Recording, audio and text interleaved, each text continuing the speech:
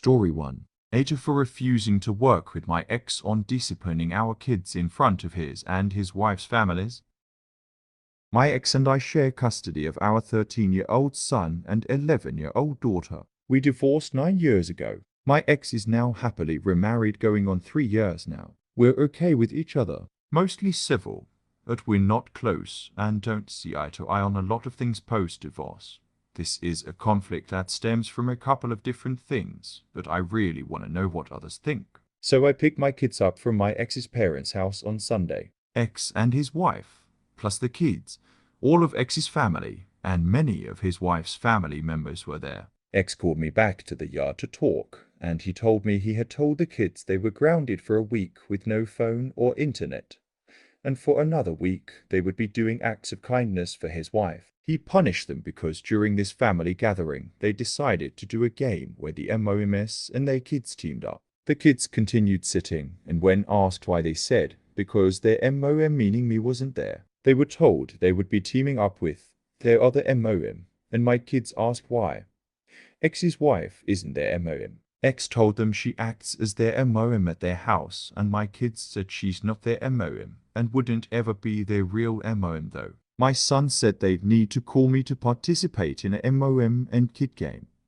Everyone was furious. They would speak about their stepmom that way, and for using the term real MOM. My ex told them to apologize, and neither would. My son told his dad he shouldn't have to apologize for telling the truth. I arrived about an hour later, and everyone was still angry about what happened. My ex also told me that his wife started to cry, and both kids rolled their eyes. He told me I need to take care of grounding them for a week, so that the next time the kids are with him, they can get to the acts of kindness for his wife.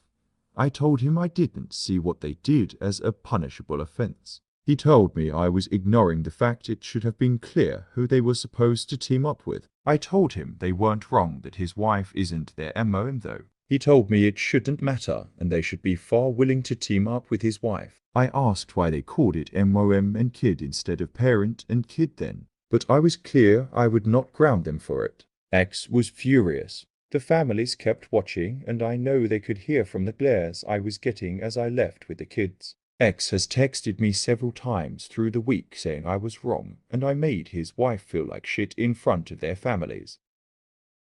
Relevant comment.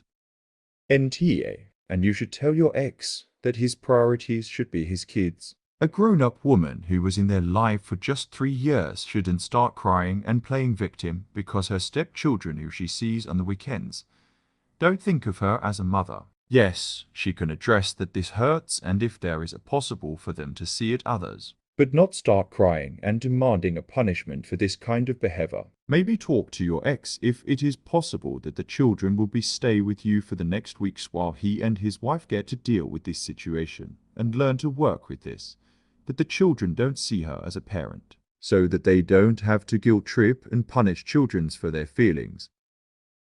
Commenter. And WTF is acts of kindness? Are they Bible thumpers? Commenter. Performing kindness as a punishment is a great way to teach kids. They only have to pretend to be nice to get out of actual repercussions. Poor parenting here. Yikes. Commenter. An act of kindness kind of stops being an act of kindness once you force it. Why not just ask them to be her slave butlers for a week? It'd be just as effective for fostering resentment between step and stepkids, but without the dishonesty of acts of kindness. Another comment. NTA. At all, under the vast majority of circumstances, I am heavily for maintaining rules and boundaries across households in a co-parenting relationship, because to do otherwise can often give kids the message that they can play sometimes already contentious parents off against each other, and that starts to lead to manipulation that isn't healthy for the kids. But there is something here that most definitely supersedes that. And that's that your kids weren't being naughty even if they were clearly a bit deliberately spiteful in how they communicated. They were sharing their legitimate feelings about the circumstances they are in, circumstances which are genuinely difficult for most kids of divorce, and asking to be heard and respected about that. They didn't disrespect your ex's wife. They were disrespected by the adults present. Yes, they should have known who was intended to be their partner in the game, and they were disingenuous pretending that they didn't. But that's irrelevant. They were making a point, and it was a legitimate and important one. First of all, they shouldn't have had to play any game at a family BBQ that they didn't want to anyway. Games are supposed to be fun. If they weren't interested, then the only point in making them play was to force them to be uncomfortable for the same of their stepmom. Strike one for the adults. Secondly, they didn't say that they disliked their stepmother or say anything hateful about her. They stated a fact. She is not their mother. Period. And it is not hurtful or cruel to be clear about that. On the contrary, it's hurtful and cruel of adults to keep trying to force a form of relationship between them that they are clearly uncomfortable with. Strike two for the adults. And finally, they're chafing at the idea that she acts as their mother when they are with their paternal family is also not hateful. They didn't say that they don't respect her authority. You don't have to be a parent to be an authority figure. My own nieces and nephews always listen to me and treat me with respect, and I am not their parent. What they did was make clear that in no way did they want her to be pretending to be their mother, not sometimes. Not under certain circumstances. Not ever. And that's for them to decide. Not her. The fact that her feelings are hurt is sad, but not their responsibility. Do I think the kids deserve a talking to about how to communicate their feelings without being petty? Yup, probably. But that's as far as it goes. Grounding them is inappropriate, and expecting them to do acts of kindness for a woman who is actually stomping on their feelings and boundaries is, frankly, grotesque. You aren't here. Thank you for respecting your kids' feelings on this. Commenter. I love this answer. There are too many posts on Reddit about step-parents getting offended because the step-kids aren't treating them like parents. Grow up. Be the adult in this situation and understand that you can't force a kid to love you and or see you as a parental figure. All the dad and stepmom are doing here is reinforcing negative feelings in the kids. Those kids will become less and less likely to accept stepmom in any kind of parental role the more they try to force it. She is not their mother. She is their husband's wife. Any relationship between her and the kids will need to develop on its own and is in no way required. The adults here were absolutely in the wrong, although I do agree that MOM should talk to the kids about how to respectfully disagree with someone without being mean about it. Another comment. NTA. You didn't see what they did as a grounding offense. You aren't obligated to uphold your ex's punishment. It's not like they were caught stealing. Your ex cannot force your kids to see his wife as their mother, and trying will only force them further from where he wants them to be. And his wife needs to be more of an adult and not try to manipulate them. What your ex needs to ask himself is not how to force his kids to see his wife as a mother figure, but why they don't. Then, maybe he can find a way to fix it. In any case, he needs to accept that the kids are not obligated to see her as a mother no matter what. In any case, you are not obligated to uphold a punishment because your kids refuse to replace you in their lives. Commenter. I can't stand when people cry to get their own way, especially when it's adults trying to make children feel guilty. It's so immature and manipulative. Another comment. Am I the only one who thinks that this whole thing was a set-up to try force the kids into the unwanted second MOM dynamic? Okay, families, all the kids are going to play this game where they team up with their MOM. Don't team games have a high requirement for similar team structure and aptitude? i.e., all teams to be one adult and 4 kids, and the kids further divided into say to older and to littles. What game is fair when one team is a MOM and her only child-year-old toddler versus a MOM and her for teenagers? Story 2. Ada for refusing to let my estranged sister and her husband stay in mine and my husband's vacation home. Before we got married, my husband used to live in a nice little house that he kept and added my name to the deed, and we use as a vacation home now. We only use it 2 or 3 times a year, and so we do sometimes let friends or family stay there for a few days or a week if they want to get away. This has never been a problem for us. But now we were asked to let my estranged sister and her husband stay. And I said no, my husband is in 100% agreement with me on that. My sister and her husband are at this present time homeless. They were renting for several years and in the same place a long time, but got kicked out due to issues with their landlord, and they're in desperate need of a place to stay until they can find a more permanent place. BG. My sister and I were very close growing up. My best friend for my entire childhood was a guy. The guy who is now married to my sister, for those who can probably guess. I always had a huge crush on him, and honestly, I was in love with him by the time we were 20. My sister also had a guy she liked, but not super well. When I was 20, we were all at a party, and the guy my sister liked flirted with me. My sister was pissed even though I didn't flirt back, and told him I wasn't interested. She told me we don't do anything with guys the other liked. I agreed. I never would have done that to her anyway. A year or two later, my relationship with my best friend changed. He was flirting with me and I was flirting back. He was more physically affectionate and he started kissing me, and it felt like we were slowly becoming more than best friends. Things were progressing like that, and then suddenly I discovered that him and my sister were a couple and had started sleeping together. He told me he wanted to keep his options open, and my sister told me she really liked him and she wanted me to understand. I called her a hypocrite for doing that when she turned on me for the guy she had liked flirting with me, after I turned him down, and then promising and making me promise we'd never do this to each other. She told me it was different. I told her I would never trust her or look at her the same way again. They told me I didn't own him. I told him he was fucked up for leading me on when he wanted my sister. Our family took my side afterward, especially my other two siblings. I haven't seen or spoken to my sister or her husband since. It's our parents who helped set up the request for a place to stay, and they were disappointed when I said no. My other sister and brother are firmly on my side, and they were disgusted my sister and her husband would even dare ask me. My sister said at least I get to live out my dream because I'm married with kids, and she can't have any. And the least I can do is put aside petty childhood drama to help them not be homeless. My sister and her husband called me a bitch for refusing, and even my parents said I was going too far with the estrangement by refusing to help. Relevant comment. NT, but are you concerned that they might go to your cabin anyway? I would make sure to secure the property and locks. Commenter. Not to worry, because we had the locks changed recently, so nobody else could let them in. Commenter.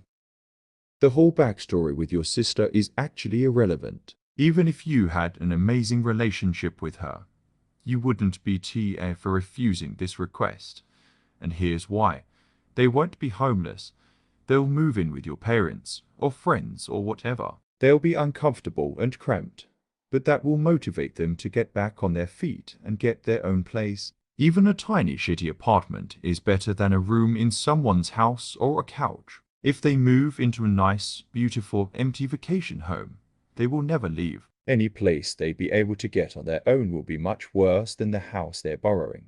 So they'll have absolutely zero motivation to save up and move out, and a lot of motivation to make sure they always have an excuse why they have to stay. They'll be dependents, mooching of family forever, and you'd be their enabler by refusing to enable their financial irresponsibility and house them for the rest of their lives, which is what's actually being demanded here, or giving them the motivation to become functional adults. You're NTA no matter how you feel about your sister. Commenter. Yup, the estrangement is irrelevant for the why or indecision. Commenter. I disagree. It's very relevant. If I loved my sister and we were tight, of course she could stay in my second empty home until she got on her feet. Yes, she said they were renting the same place for many years, so that indicates some form of stability and ability to pay rent. They're not drug addicts wandering the streets. As with any family arrangements, you must put things in writing and have it signed to cover yourself legally. So this is all about the estrangement, and if you don't think so, then you all have a trigger to the word homeless. Commenter. You do get the point here though. It's their house, regardless of the present conflict, past relationship, parents urging, it's still Op's house. She can say no, and she doesn't even have to have a reason. Another comment. NTA, if your parents think your sister needs help so desperately, then why don't they help her? You have no obligation to help her. If you budge, prepare for spending years trying to evict them and then having to redo the whole house, because they will definitely be horrible tenants. So please, don't budge. Commenter. Exactly what I thought. They will be homeless due to landlord issues, means they are being kicked out. They will become squatters in your home. Never let someone who is homeless due to irresponsibility, financial or otherwise, move in. Never let someone who is jealous of what you have move in. She will take, and justify it in her mind, thinking that the universe owes her. Commenter. Landlord issues is the biggest red flag. Back when I was a young broke renter, I had some horrible slumlords who I never wanted to cross paths with again. Guess what?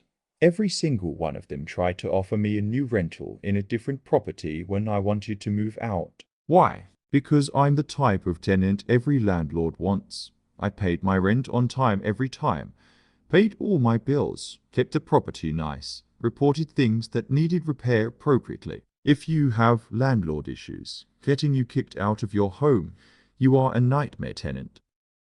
Relevant comment. The amount of people that think the guy is the problem in this situation is blowing my fucking mind. Op doesn't give a shit about him anymore. What she cares about, and will entirely rightly never forgive, is a sister that treated her like garbage as revenge for something Op didn't even do. The issue is that OP's sister is a shit person. How is that not clicking? You're NTA, and unless they're willing to drop it, I would consider going lower contact with your parents for a while, since they want to reverse their support all of a sudden. OP.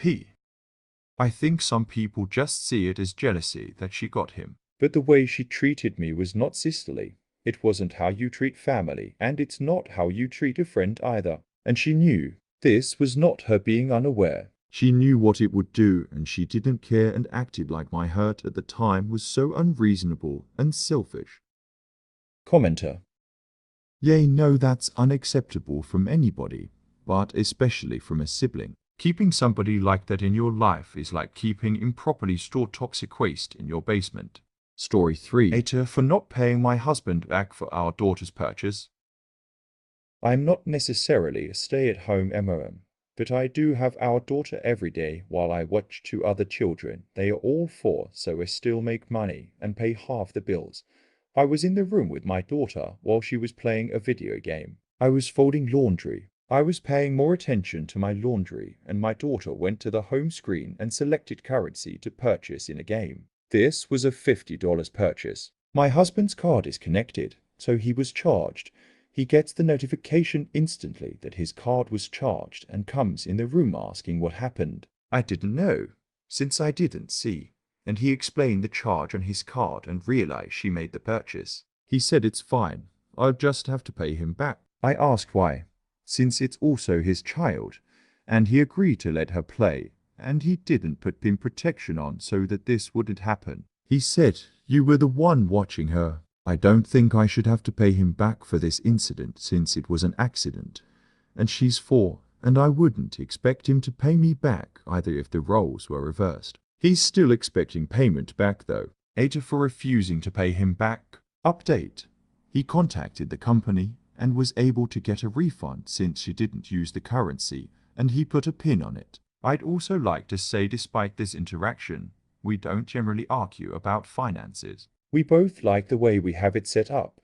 It's worked for us for half a decade. We do split the bills of the house, but he also has a car payment for his vehicle that will be mine once it's paid off, that I won't have to spend a dime on, and he'll get his next vehicle. He also pays for most of our vacations or trips out of town, and when we go out to eat, etc. If he wants to make a large purchase over $300, he talks to me about it first. He's also a great dad and provider.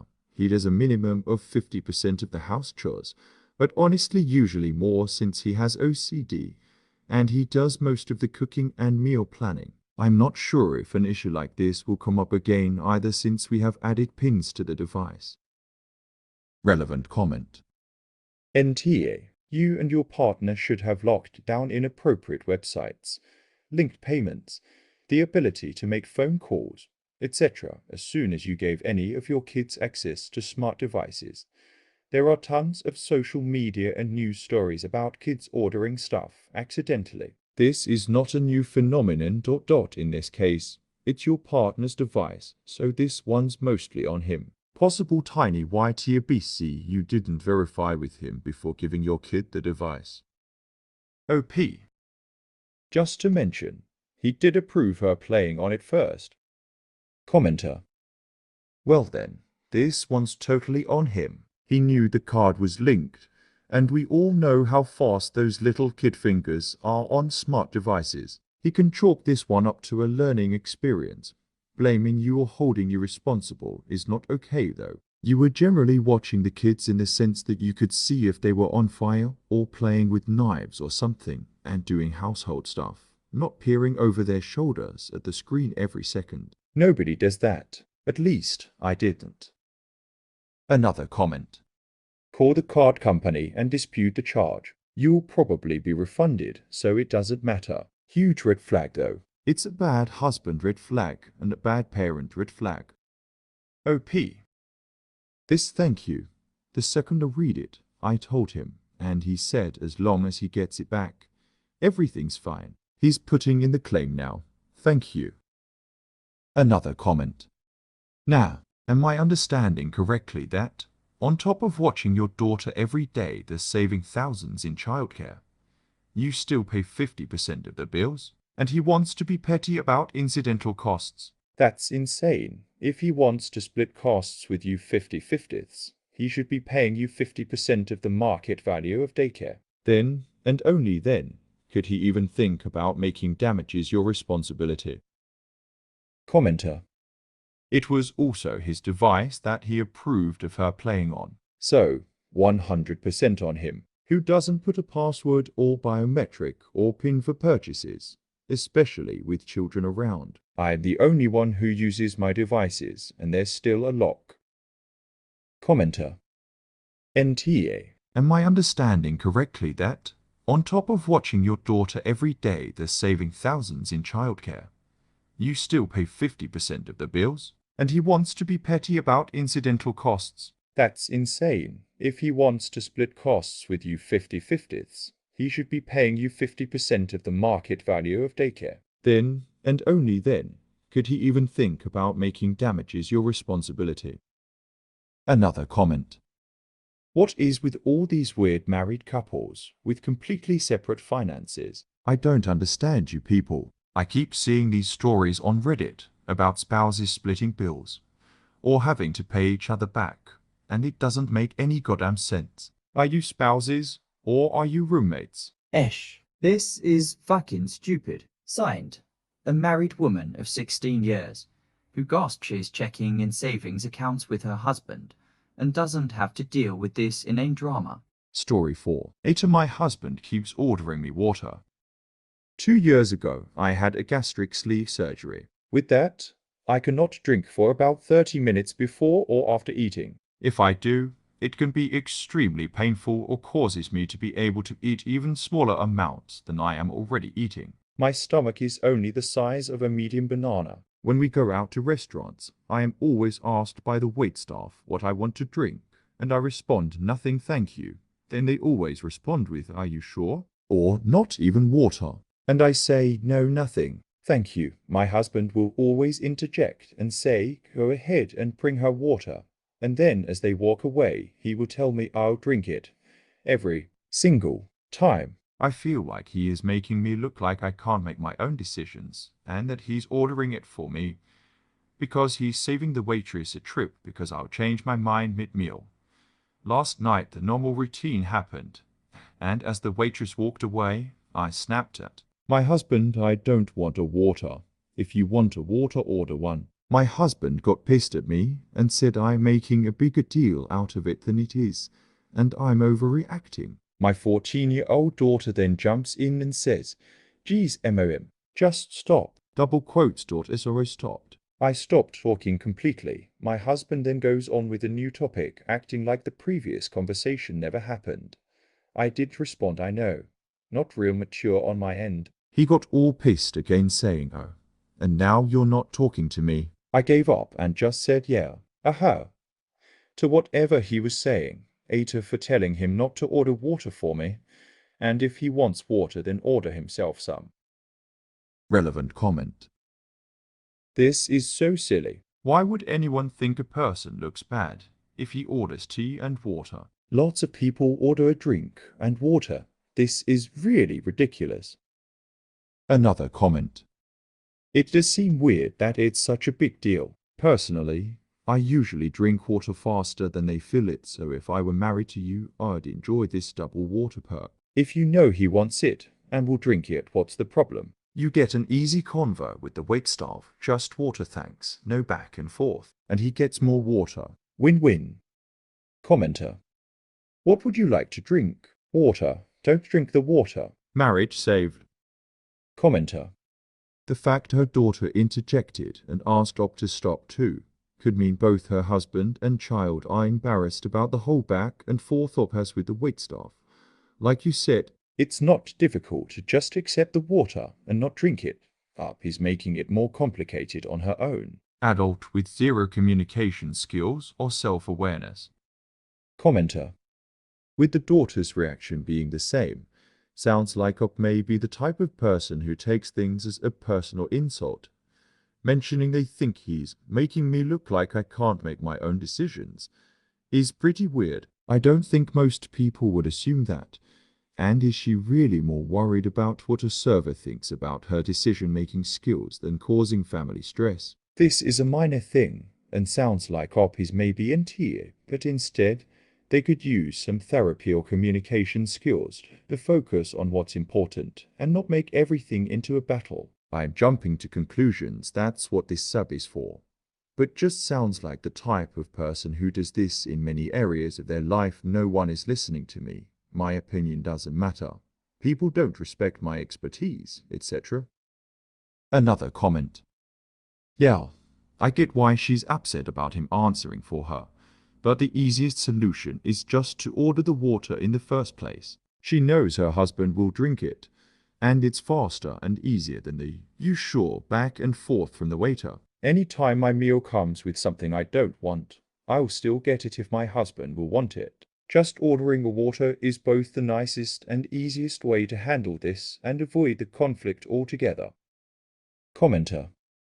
Yes, it's just easier and low-key kind of embarrassing when the waiter keeps asking questions or looks at you funny for being at a restaurant and not ordering anything. I've had a very similar experience with Olive Garden. The waiter would ask my BF soup or salad, and when he declined both, they looked so confused because it's just not something people typically do. So, after he did this multiple times, I'd had enough of the awkward interactions and just told him to say salad because I'm going to eat it anyway. And he did, and then everyone was happy. She shouldn't have to order anything. It's just off-putting. No, IMO. Another comment. I had the surgery a long while ago. I did what you do until I noticed how nervous it made the waitstaff. Until I realized, remember that for everyone serving you, there is a manager behind them checking their work. Manager sees a table with missing drinks, and they will usually assume a screw-up. So if I had to guess, I'd say that your husband understands that you two are not the only people at the table. Commenter. Yup, this. I have worked as a waiter, and it was always customary to bring a glass of water. Sometimes you'd have customers declining the water, and I'd have to ask again, and have to explain that it's complimentary, and they'd get visibly annoyed. Then another waitstaff would see that person not having any water and would come to me, asking why the person does not have any water. And I'd have to explain that they specifically said not to offer water, and that I'd have explained to them that the water was complimentary. Sometimes the other waitstaff wouldn't know who attended to that table and would ask the patron if they'd like any water, and the customer would lash out to the waitstaff about how they already declined and why we kept asking, or just accept your husband's kind gesture. Even your daughter could see why your husband did that. Why can't you? Another comment. Are you sure he's not ordering water to save you from having the same awkward what? Are you sure? Conversation with your waiter every meal. To me, saving me from a frequently awkward interaction is what a considerate partner would do, but you've interpreted it as an act of intentional hurt. Your husband taking away your agency. Why is that? Commenter. As someone who has also had bariatric surgery, a gastric bypass in my case, This was also my thought. Not ordering a drink or only ordering a starter or leaving most of a main course causes all sorts of awkward interactions. Having a dining partner who understands and can mitigate those situations is an absolute godsend. Commenter. Is this USA thing? I can't imagine waitresses being that pushy where I am from. So weird. Commenter.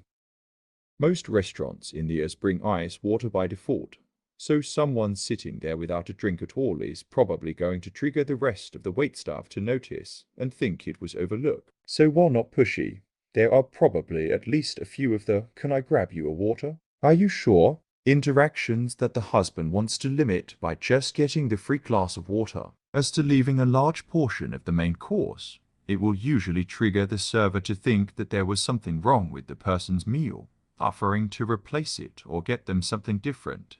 It's not so much a single server being pushy. It's the combination of a half-dozen interactions with people who think there is a problem to be solved. The husband is pretty clearly doing a "just order a water so we don't have to go through this every time. I'll drink it so it doesn't go to waste."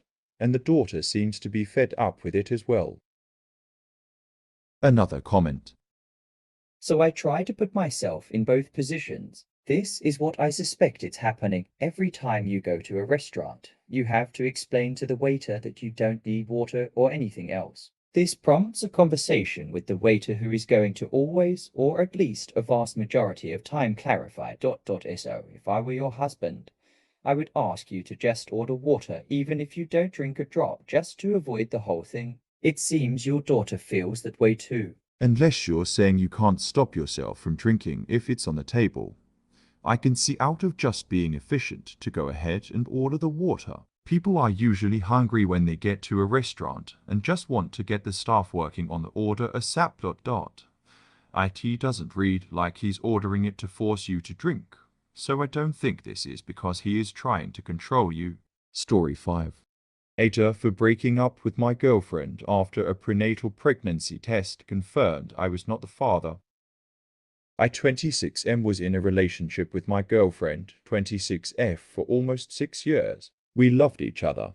But last year, my girlfriend and I decided to separate for a while to rekindle our relationship. We placed no restrictions on the separation, and we were free to do whatever we wanted, and act as we're single. We took a break for a couple of months. The break was much needed to recharge our relationship. A week after getting back together, my girlfriend showed signs of pregnancy. She got an at-home pregnancy test done which confirmed she was pregnant. We were both really overjoyed and happy. A few months later, I was planning on proposing to her, and I had already bought the engagement ring. But I wanted to confirm first that I was the father before proposing to her, and get the prenatal paternity test done. My girlfriend and I both wanted to do the NIP test to confirm that I was the father. My girlfriend said she did have sex with someone during our break, so there was an off chance I wasn't the father. But we were both very confident that I would be the father. We received the results a couple of weeks later,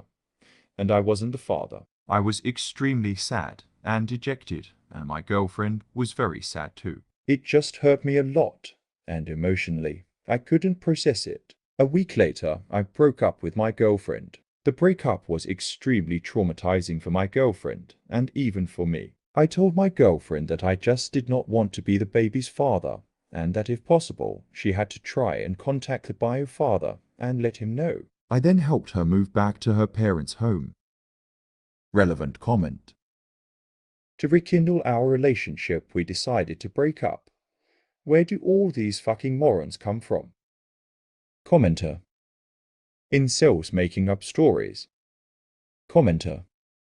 I've seen people do this in my own life. It almost always ends up one of the parties sleeps with a bunch of people during the break, and the other person wasn't realizing that the reason for the break was, so it wasn't technically cheating. Commenter.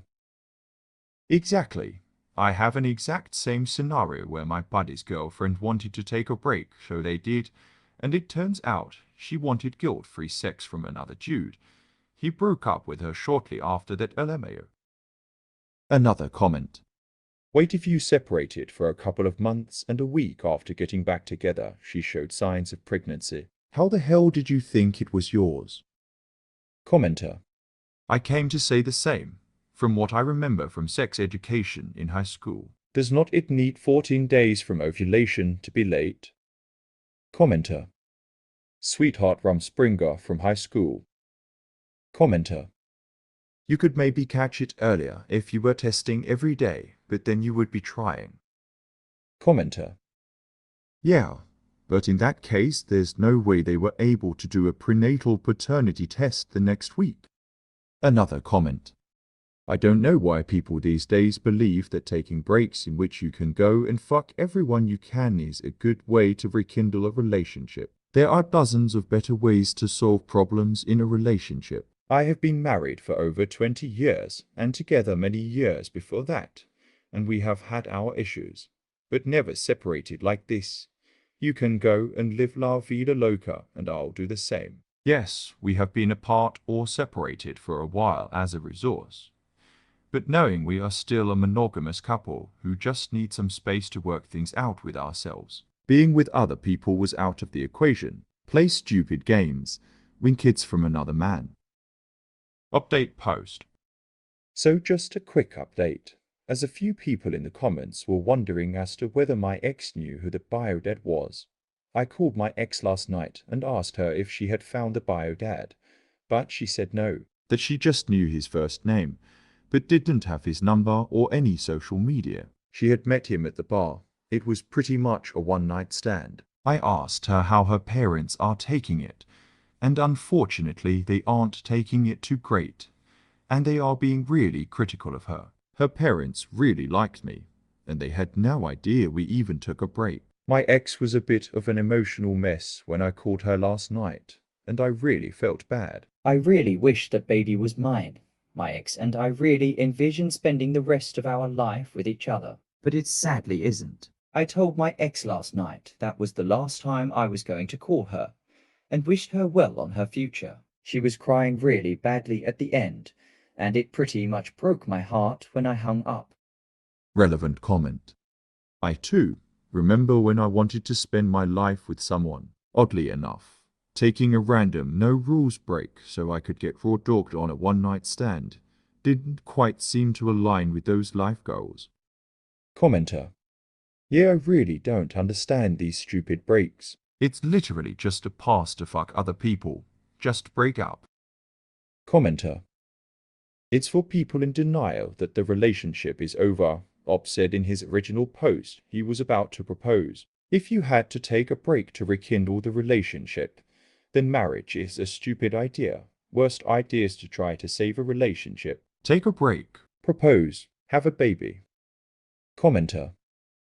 And she started showing symptoms a week after getting back together like guys. I don't think you understand how pregnancy works. Another comment. Just curious. I will probably get downvoted. But have you talked about abortion? Would you get back together if she did? Commenter. It's a reasonable thing to ask. I would have asked the same thing. Commenter. Frankly, after her willingly taking the chance of placing a cooker child under her partner, I would never consider it again. To be real, she was suddenly pregnant a week after getting back together. There was never a doubt whose child it was, or rather wasn't. Hater for failing to stop my mill buying landfill for my kids at a fun fair. I went to a local fun fair with my kids and mother-in-law Mill. We decided to walk around looking at all the rides before deciding what to go on. Mill had forgotten her wallet, so it would be me buying any rides. This let me relax about the sometimes tricky dynamic of who is paying for what. Closing parenthesis. As we walked past a prize stall, pay money to win a prize. Mill commented in shock at the high price, and I agreed. At the next ride, my husband joined us. He and I were chatting when we noticed that Mill had gone back to the previous prize stall with the kids. He asked urgently what I had agreed with her about that stall, and I, slightly confused at his urgency, remembered we had both thought it overpriced. I knew she didn't have money on her, so I assumed they had just gone back to look. We have disagreed with Mill many times about her excessive, in our view, gifts for the kids. Each visit she buys toys which soon get discarded, or more sweets and snacks than the kids can eat. This is important to us because we want to teach the kids moderation and value rather than excessive disposable expenditure. B. We are worried about the environment, and the excess of toys contributes to landfill. C. While she has the right to use her money, the amount spent on this stuff feels wasteful when it could be used for more lasting things for the kids. Back to the fun fair. My husband insisted I tell him what I had agreed with Mill. We hadn't agreed anything, I told him. We agreed it was priced too high. I then noticed she had taken out her phone to pay using her contactless payment. Husband said he didn't want her buying it, and I said he should go tell her. He insisted he didn't want to do that before finding out what I had agreed with her. I told him if he could see what was happening, he should go and stop her. By now, it was finished, and I said, look, it's done now. It's her money to spend, and if she wants to have fun with the kids by spending £15 on a prize stall, that's up to her. And that I hadn't agreed anything with her, as I believed she had forgotten her wallet. After we got home, he picked a huge fight with me, telling me he was really distressed by the landfill of the prizes. The toys are already falling apart, and the repeated messages this kind of spending sends to the kids about the value of things. His main complaint of me is that when we first saw the stall before he joined us, he insists I should have told Mill not to buy it for the kids, and the fact that I believed she had no means of paying and B had commented on how overpriced it was were not relevant. I still should explicitly have said that we didn't want her to buy anything. I think this is unreasonable and would have made things really awkward at what was supposed to be a fun outing. He says it's my fault that Mill spent her money on poor quality prizes, which will be landfill by next week. Was it my fault? Relevant comment. Is his mother incompetent and needs care like a child? If not, then her behavior is her responsibility and no one else's. If he wants to set a boundary with his side of the family, then he needs to tell them what he wants from them. If they choose not to comply, it's their decision, and he needs to set consequences for their behavior. You told him that you and his mother had not agreed to anything other than her apparent agreement that the game was not worth playing. He chose to keep asking you the same question until she completed her purchase. Then he blamed you for her actions. It doesn't work that way. He needs to tell her what she is allowed to do with the grandchildren. When she violates those rules, he needs to take action. He could have walked over and asked her to stop. He could have told her that he has told her previously not to spend money on such purchases and walked on with the children, allowing her to choose to follow and waste the money, or to play herself and then catch up to the rest of you. He needs to step up and handle things that are happening in front of him, or to accept that he chose to do nothing. He is responsible for his choices. Commenter. Why is he expecting you to be the bad guy up? It's all very well and good to form a united front, but here it sounds like he's hesitating because he doesn't want to put his foot down. He wants you to. Commenter. He doesn't have a spine and wants his spouse to do the dirty work. Commenter.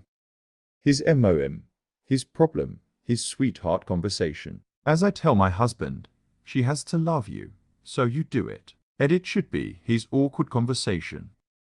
Another comment. NTA. Your husband should be the one speaking with his mother about things like that. It's strange that he expected you to anticipate what his mother would do. It's also strange that he thinks the message would be better received from you than from her own son. Commenter. He likely doesn't want to deal with the consequences of telling his MOM no. By telling Op that she should have done it, he gets to dodge being the bad guy. Commenter. Agree. But guess what? It's his mum means he should be the one to deal with it. We all have hard conversations that we rather not. Bob needs to put this on her hubby and support him, but it needs to come from him, her son, not her daughter-in-law. Another comment. NTA. TBH, your husband sounds a bit insane. I don't think it's healthy to think of things immediately as landfill. Fix up the toys and donate them to someone in need. Do you just throw things out as soon as you don't need them? You guys were at a fair. It's completely reasonable to let kids play for toys at stalls at a fair. For fun. His way of blaming you rather than his mother, putting the responsibility on your shoulders, is all asshole behavior as well. Commenter. Most of the fair toys are unbelievably cheap. There's not much to fix up about a thin plastic toy that breaks within a day. I didn't remember how bad it was until I went to such a place recently. There's absolutely nothing worth buying at those stores. Another comment. NTA. His mother? His problem. His responsibility to address her behavior, especially in the moment. The message about how her behavior is not what you want for the kids needs to come from both of you, as a united front, and it will absolutely have more weight coming from him. And if he hadn't been so focused on insisting you do it, she might not have been able to buy the toys. Another comment. NTA. Talk about misdirected frustration. You both agree on what you want. Good job, parents. And it's nice that he wanted to confirm what you'd agreed on before confronting his mother. A united front is a good idea. But you are not his mother's keeper. You did not condone or encourage her actions in any way. And she knows your views on stuff, and is doing her own thing anyway. You do not need to give her explicit instructions every moment of the day, nor should you, if he wants to talk to her more about the values you are trying to instill in them. That's reasonable. Being upset with you because she doesn't adhere to your shared wishes is nonsense. PSS. I have a parent like this too. So much junk. Commenter. Bob's statement reminds me of parents with obsessive rules. I knew kids that had parents that were obsessed with healthy food. What did this kid do when he went to college? He gorged on junk food and gained weight. I also knew a girl with an excessively miserly parent. What does she do today? She buys designer handbags because she can. If these parents are so obsessed with toys and gifts being junk and landfill to the point that they are blowing up at each other, I can guess what these kids will be doing when they get their own money. Another comment.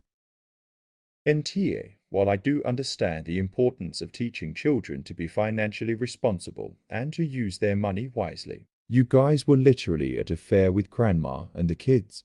I really don't see what the big deal about Grandma paying for a few rounds of games at a fair and winning a prize for the kids. Those kids probably won't have most of the toys she buys them when they're grown, but they'll 100% remember the time they were little and Grandma won them a prize at the fair. Memories like that are invaluable.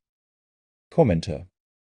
And Grandma knows that what she was paying for wasn't the toy she agreed it was overpriced. Grandma was paying for the smiles on her grandkids' faces, their excitement to win at something, and memories that will outlive her. One cheap toy isn't going to undo all their lessons. If anything, it will reinforce them because the kids will have a direct comparison of this cheap toy to their quality ones. But if MOM or Dad came over and berated Grandma and took away the game she had promised them, it would have stolen their joy and soured the mood of the whole day. Dad also knew that, which is why he wanted MOM to be the one to do it. Ada for not letting my sister move in with me.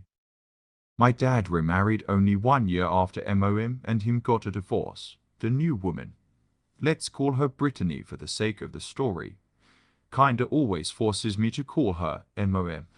And I just told her that she's not my mother and only my dad's wife. She never brought it up again. It's not like she doesn't have any kids of her own. She has one daughter who was in a different state for college when they got married. I never met her. Only knew her name. Dad invited me over for dinner to meet her once she was back. She's like a few years older than me. Let's call her Stella. Dinner was okay-ish. I kept to myself mostly since I really didn't know how to initiate conversation TBH. So yeah, Stella and I barely talked. Surprisingly though, A few days later, I get a call from Brittany. She told me that Stella wanted to move out and find herself an apartment. I thought she was asking me to help Stella look for apartments. Before I could even say that I was happy to help, Brittany asked if Stella could move in with me. In any other circumstances, I would have agreed, but my fiancé will be moving in with me soon and my apartment has only 2 rooms. The second one will be turned into a nursery. I told Brittany that I would help Stella find an apartment, but moving in with me would be difficult. She started a huge drama. She involved my dad, and my dad's like, don't be selfish. You have 2 rooms. Give one to your Stella, blah blah blah. I think the only reason Stella was so adamant on moving in with me is to avoid rent. Mostly because she's shying away from 30 and still unemployed. But honestly, I can't accommodate someone else. I told them how my fiancé and I were planning to start a family. Brittany said, so what? 3 of you can fit in a room. Actually no, with a dresser, bed and wardrobe. We can't accommodate a crib in there. Last straw was when Dad said, You don't do that to your sister. She's family. I snapped. No, she is not my sister. And Brittany is not my mother, no matter how much you force it on me. There, I said it to their faces. I don't know why they get offended after hearing the truth. They all were offended. I'll miss my dad, especially since he has now cut contact with me. And the last message he sent was, Can't believe a selfish, spoiled brat was a product of me. Relevant comment. NTA. You don't owe anyone accommodation. Not even a biological sibling who you love with all your heart. Not even if you lived in a 10-bedroom house where you rotated which room you slept in each night also. I don't understand why Stella can't live with Brittany and your dad while she finds her feet. Commenter. This is exactly why they're trying to get up to take her and they don't want the nearly 30 mooch living with them. Commenter. Thanks, Dad. But I'm surprised that you're surprised considering that a selfish, judgmental prick helped create me. You can support your stepdaughter. Another comment. NTA, your dad will come back when you become a father. His wife and stepdaughter are huge ones though. You owe Stella nothing. If your dad and her MOM are so concerned, they can have Stella move in with them. Commenter. Dad invited me over for dinner to meet her once she was back. She told me that Stella wanted to move out and find herself an apartment. Pretty sure Stella's living with them already, that's why they are pressuring Op to let her move in.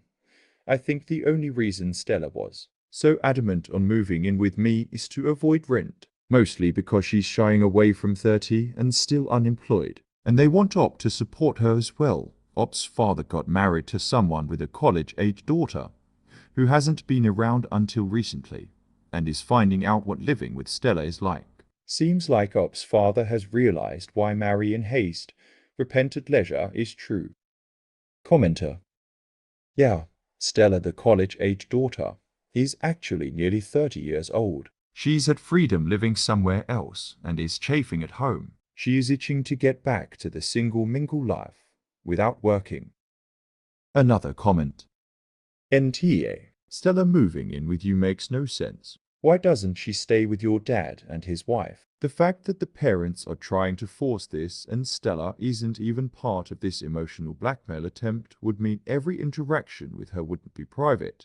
It will come with a circus. Does she even want to move in with you? Tell your dad you learn to prioritize your partner from him. Tell him your fiancé said no. Maybe he'll understand that. Another comment. NTA. 1. This is not your sister, since there is no shared childhood at all. You guys are essentially acquaintances at best. 2. You're at a very exciting point in your own private life, and with your own relationship, it is unreasonable to expect you to postpone that. 3. No asshole would be concerned enough about this to ask the public if they are an asshole. My personal take is that Brittany seems to be quite intrusive with high and irrational expectations. Maybe watch this in her relationship to your dad so that you can warn him if something unfair happens down the line. It is also surprising that Stella even would want this. Commenter. Dad got contact with OP. Whatever consequences happen to him, he fully deserves. Story 9. Hater for telling my girlfriend she is too much of a wild card to marry. My 27M girlfriend, 27F, is a bit of a free spirit. Don't get me wrong, she is very intelligent, attractive, and has a lot going for her. We've been together 3 years, but the issue I've been having recently is that she is wanting marriage, and I see her as such an untamable horse, so to speak. She is a rebellious, free-spirited adventurer who literally packs up and leaves to go on a trip at a drop of the hat. She tells me she's going, and won't go if there are already commitments, that if she can she is gone. She is financially secure, but she also spends a lot. Past an emergency fund, all her money goes to travel, taking up a multitude of projects. She woke up one day and decided to enroll in an auto repair course. She is currently getting GI certified for gemology. She makes jewelry. She works remote, so she literally will pack up and take her work with her when she finds events she wants to go to ECT. She's lived abroad, had a house in the south of France. She speaks 3 languages, goes to Germany and Austria often. She picks up hobbies or skills like they are M&Ms. There isn't anything wrong with it, I guess, but it just feels chaotic. Her biggest flaw is that she is rebellious. She absolutely hates, loathes the traditional route for anything. I went to college and she didn't. She had problems with teachers which were founded. One abused her, but it's widespread. She quits jobs because she manages better, and she does. She has her own business and a host of side hustles, but it is just, how long does it last? She was asking me if I was ever going to propose, and I said I wasn't sure. We argued back and forth a little, and she asked why I wouldn't. I was honest and said I saw her as a wild card, that she just takes off a lot. She said she was lucky and could do that. That her friend died unexpectedly in his 30s, and she absolutely is not going to go out. Working a boring 9-5 with no life and no experiences under her belt. She left and hasn't spoken to me since. It's been 5 days. She said she needed to think. Ada, am I overreacting? Update. Just to clarify, because I see a lot of comments and accusations of her flying around. She isn't a bad person, she just likes to be on the move. She's been mentioning marriage, or wanting to discuss it from the beginning, or at least 6-9 months into our relationship. The expectation was always there. We discussed it. When I asked her if she would slow down or settle, she's always said she just can't imagine not traveling at all. That she's happy to do school runs and live in an area for a long time, that she has a lot of stuff on her bucket list, still like going to Japan and things. I've always countered with what about kids? She says she wants to give them those experiences and keep them cultured and open-minded. But obviously it depends on them. She functions under different kids need different things. She was abused. Her friend died very tragically, which I won't go into detail about. She has anxiety and PTSD that is managed, and honestly, you'd never know she has those things. I only know because she gave me the disclaimer. She doesn't have ADHD. Please stop trying to diagnose her with bipolar or ADHD and leave that to her professionals. I do want to marry her, but it just freaks me out that she is so hyper-independent. She always invites me along and sometimes I go. I've told her I don't want her traveling while pregnant or anything, and she's always been understanding of my point of view. I think I messed up telling her she was a wild card and would be a bad mother or wife by extension. And no, she did not ghost me. She asked for a specific amount of time and has been sending 1 or 2 texts just checking in, but she wanted a week to decide how she was feeling, so I'm giving her the week. She also hasn't had a lot of partners, like some people are suggesting. She's been with 2 people. She doesn't drink, smoke, or do drugs at all. Hopefully we can salvage this. Relevant comment. I feel like I married a similar woman. She's much more spontaneous than I am. We're both fairly high earners. I've managed our finances. She's gotten me to do things I never expected to. It's been an amazing 15 years. But it's because we make a good partnership. We balance each other out. Commenter. Yeah, this could have been one of those pocket protector square engineering boy learns the benefit of hopping on the roller coaster or Da Vinci or Cousteau train. Train learns benefits of periodic maintenance and heavy retirement savings. Don't know if this guy can authentically get out of his own way in time to save things here. Another comment. Either you're side by side her in all of her crazy antics, or you're going to be miserable. If that's not the way you want to live your life, then end it, so you can both move on. Also, I think she might have already broke up with you, so. Commenter. Either you are side by side her in all of her crazy antics, or you're going to be miserable. IDK. I'm very much a do absolutely nothing at the weekend kind of guy. So a partner who's happy to leave me to it and do her own thing sounds pretty great to me. Commenter. I think you hit on what's necessary here. Mutual understanding and respect. You and your partner understand one another and are okay with that arrangement. The thing that stands out to me is Op truly not okay with the lifestyle and leads. If they got married, there would be this conflict over these differences built into the foundation of their marriage. A marriage won't survive, and if it does, they'll both be miserable with the passive-aggressive comments and judgments. Hoping Opdas am soul searching and starts thinking of what a marriage could look like and would look like. Perhaps they get a remote job they can do on the road with their traveling family. But if they can't be okay with it, and I'm talking to their core okay with it, then they need to break up. There's nothing wrong with him wanting a life where he puts down solid roots, and there's nothing wrong with her wanting to travel and experience the world. But if they're not like you, and your partner okay at your core with the choices, then marriage sounds like a really bad idea. Commenter. This, Op. I read a line somewhere once that said, if you feel you have to change her to make her fit your life, let her go. You are merely taking up space from the man who will love her fiercely for who she is, and likewise, you are wasting your time with someone who is not a good fit for you. The fact is, the two of you are not compatible, and there is nothing wrong with that. But you need to recognize that and break up and move on, rather than trying to change her. You are looking for someone else who sees IV stability. She doesn't need stability. She doesn't want stability. And both of those things are okay, but not together. Let her go, break up, move on, but stop wasting each other's time. Commenter. This is very insightful and true. Nothing wrong with either lifestyle, but they are not in sync. Another comment. So why are you with her then? Shit or get off the pot. Commenter. For real, one of my exes told me you are girlfriend material, not marriage material, for the exact same reason. I love traveling and being spontaneous, which he did too, but apparently that's not what he wanted in a wife. Loser got married 6 months after breaking up with me. Cut to 8 years later. He calls me almost every Saturday drunk and in tears because he made a mistake. Sucks to be him. Commenter. Why does this feel so common? Guy dates a girl for years but never proposes. Girl realizes why, leaves, and dude gets married within 6 months of the breakup. I've heard that story so much it feels like a law of nature at this point. Commenter.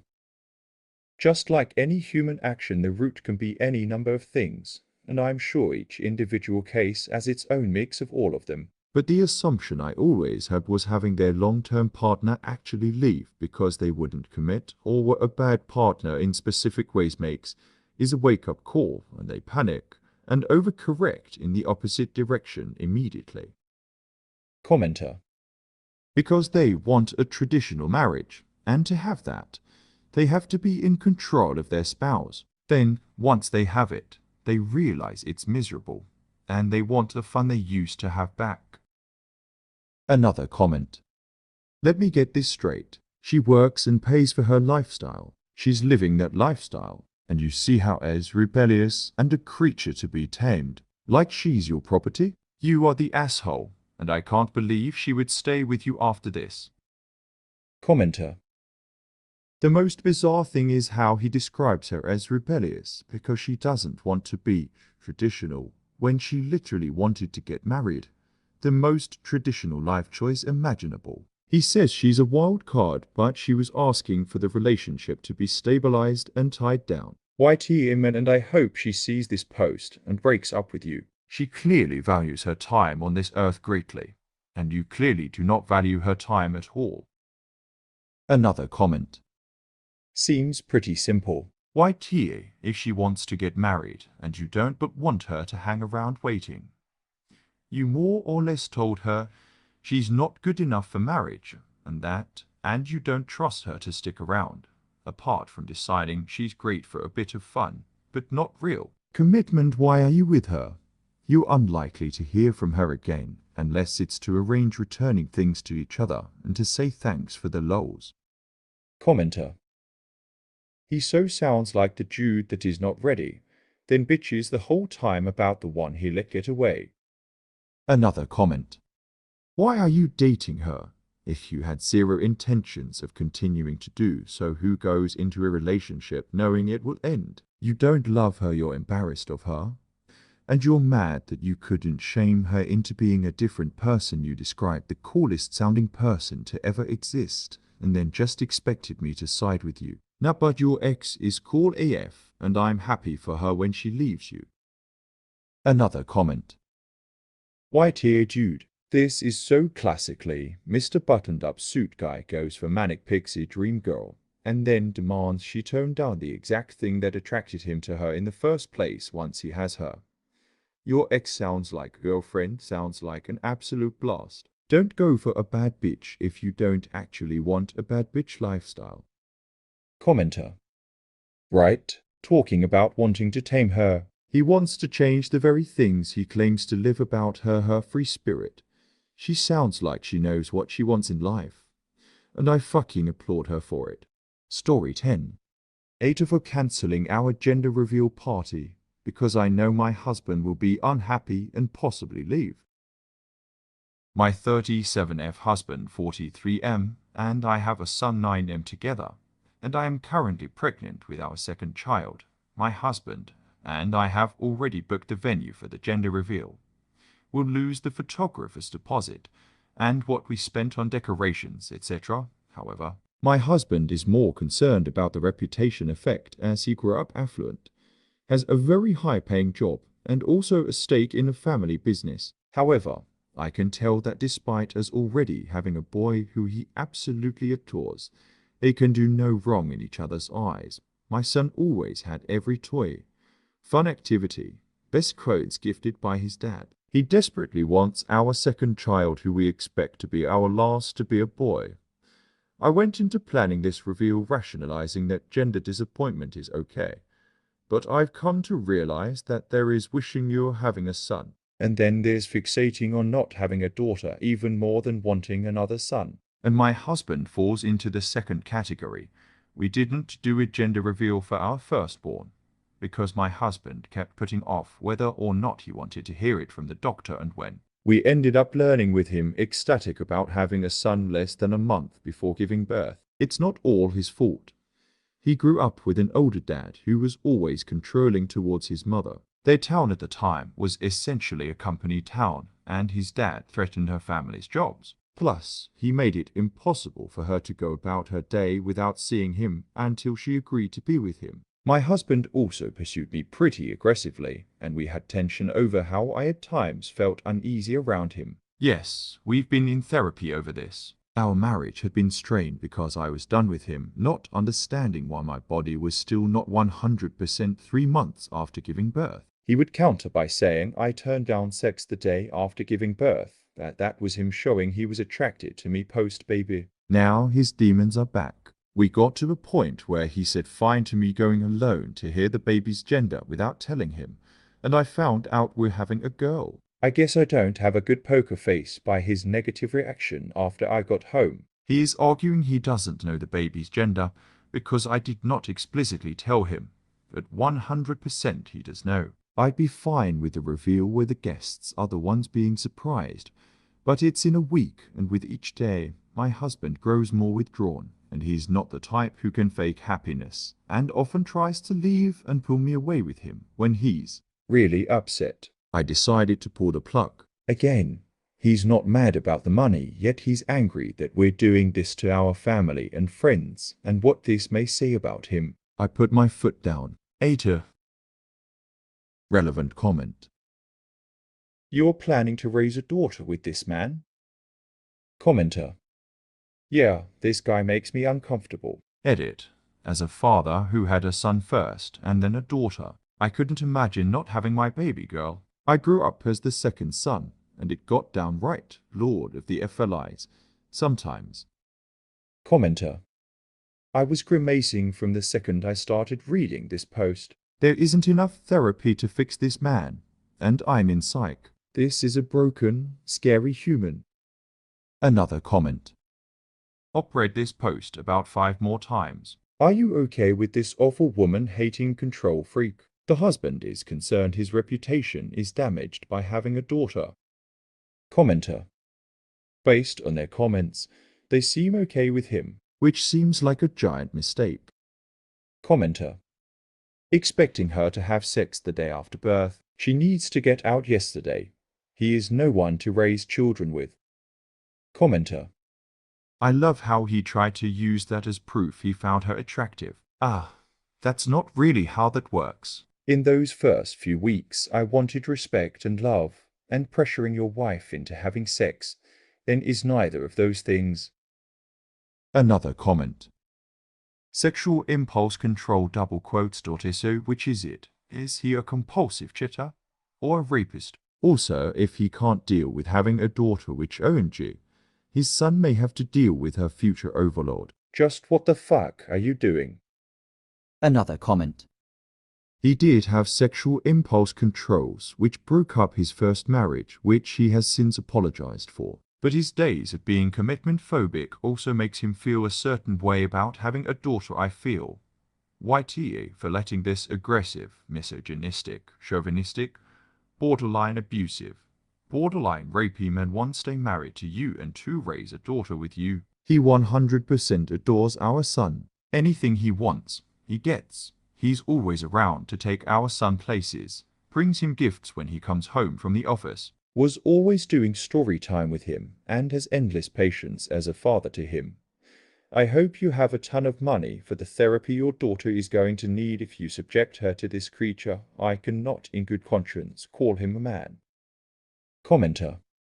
I'm just as concerned. He's going to raise his son to abuse his daughter and influence, plus enable him to a degree that will permanently alter the son's brain and put her at constant risk of physical and possibly sexual violence. This is wild. Another comment. This guy sounds like a freaking serial killer. He threw you turning down sex the day after giving birth in your face. Really? He can't understand and respect your boundaries and feelings because he's so attracted to you. You had to go to therapy because he essentially stalked you until you married him. Not cheating is like an unspoken requirement for marriage, not part of a personality. Just reading this post has me terrified of your husband. Why the hell are you with him, let alone having his children? Commenter. He also has sexual impulse control issues apparently, ending his first marriage. He's also worried his daughter might marry a guy his son won't like. This guy really sounds like a winner. Another comment. You're asking the wrong question, Eta, for staying with a controlling, abusive man who I know will not treat my daughter well. It's definitely not his fault, of course. He grew up in a toxic, controlling home, and he's perpetuated it on me. My body isn't even my own in his opinion. He wants sex too soon postpartum and pressure me for it. But it's supposed to be flattering because he finds me so attractive. I'm scared how he'll treat the daughter he does not want. I'm scared how he'll teach our son how to treat his sister. Did you read your own post? Your Phil taught your husband how to stalk, threaten and pursue a woman until she gave up. Phil threatened their jobs. Your husband pursued you aggressively until you caved because he made you feel uneasy if you didn't do what he wanted. Right. You know it's right. He's a huge dick. A scary, abusive, aggressive, rich and privileged prick.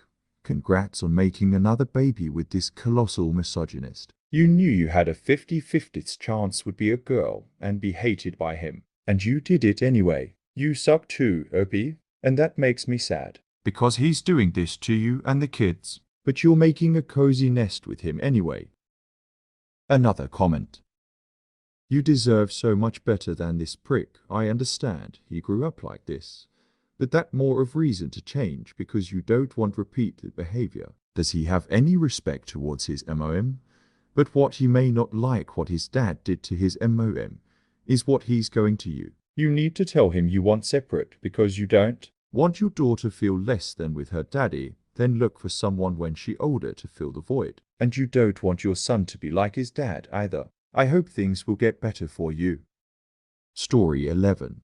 Eta for not wanting my wife's daughter to be introduced as a family friend.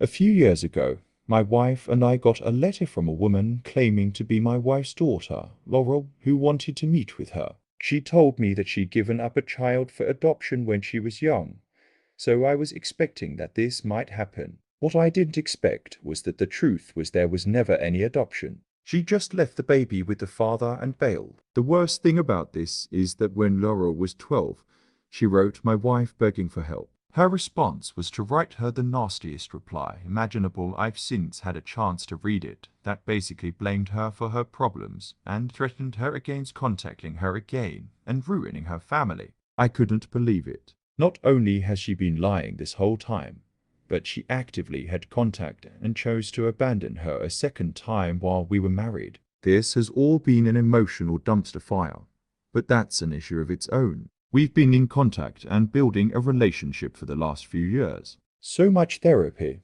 So far, we've kept this all away from our kids. At this point, it's been a few years, and there's interest in having everyone meet. Thing is, between my wife and Laurel, they've come to an agreement to tell the kids and everyone else in the family that Laurel is a family friend. Absolutely not. I'm sick of the lying. What they call each other is their own deal, and I don't expect that to change. But I'm not lying anymore. I don't like lying to my kids as a policy, but lying to them about who's related to them and who isn't is dangerous. I only want them meeting if we can tell them the truth. Now, I'm getting into it with my wife, Laurel, and my parents, the only outside people who know. They say I should go along with it not for my wife's sake but for Laurel's. I understand why she would want that, but I don't think I care anymore. The kids need to know. Relevant comment.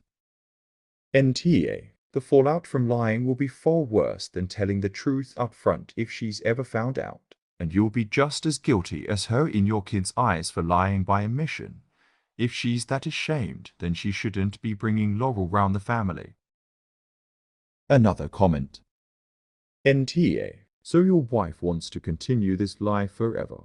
Your kids are going to find out eventually. It's going to happen no matter how hard your wife protects her lie. Just doing a DNA test from Ancestry will uncover it. A relative who knows can slip up. Does she want the kids to find out like that? They might hate her forever for it. This lie is going to cause an avalanche of issues, and your children deserve to know this person is their sister. Their sister also deserves to know her siblings as siblings, not a generic friend. Hasn't your wife damaged her enough with the abandonment? I can't imagine being the daughter who was treated this way. As for you, I don't think I could stay with a person capable of this. She's been lying to you, and that's not forgivable to me. There is nothing to stop you from being honest with your own children. You don't have to keep the secret. What is your wife going to do?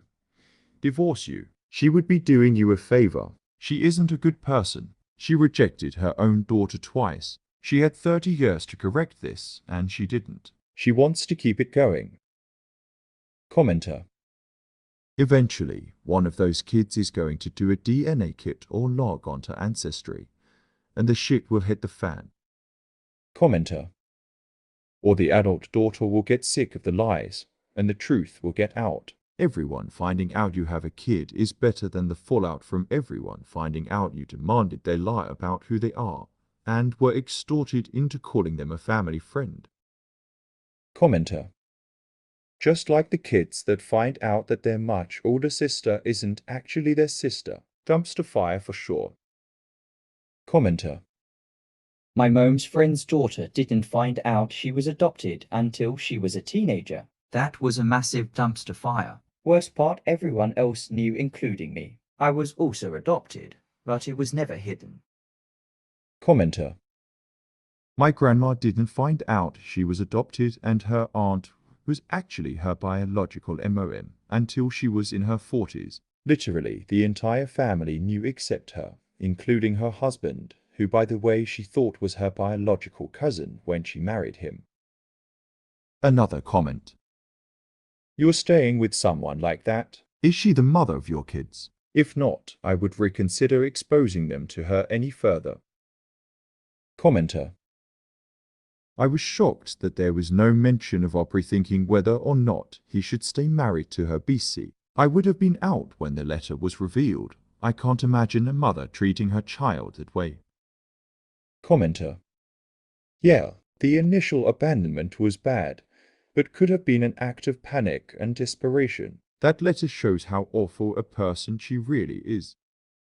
Another comment. NTA. I would chew her ass out for treating her own daughter this way. If it were me, then she would 1. Apologize to the kid and beg her to forgive her for being this horrible too. Acknowledge her as our daughter, much less hers 3. Give her a place to be a normal kid and do the best we can for her. And if she didn't do all 3, then I'd file for divorce and try my best to get full custody of the kids. No one needs someone that toxic in their lives.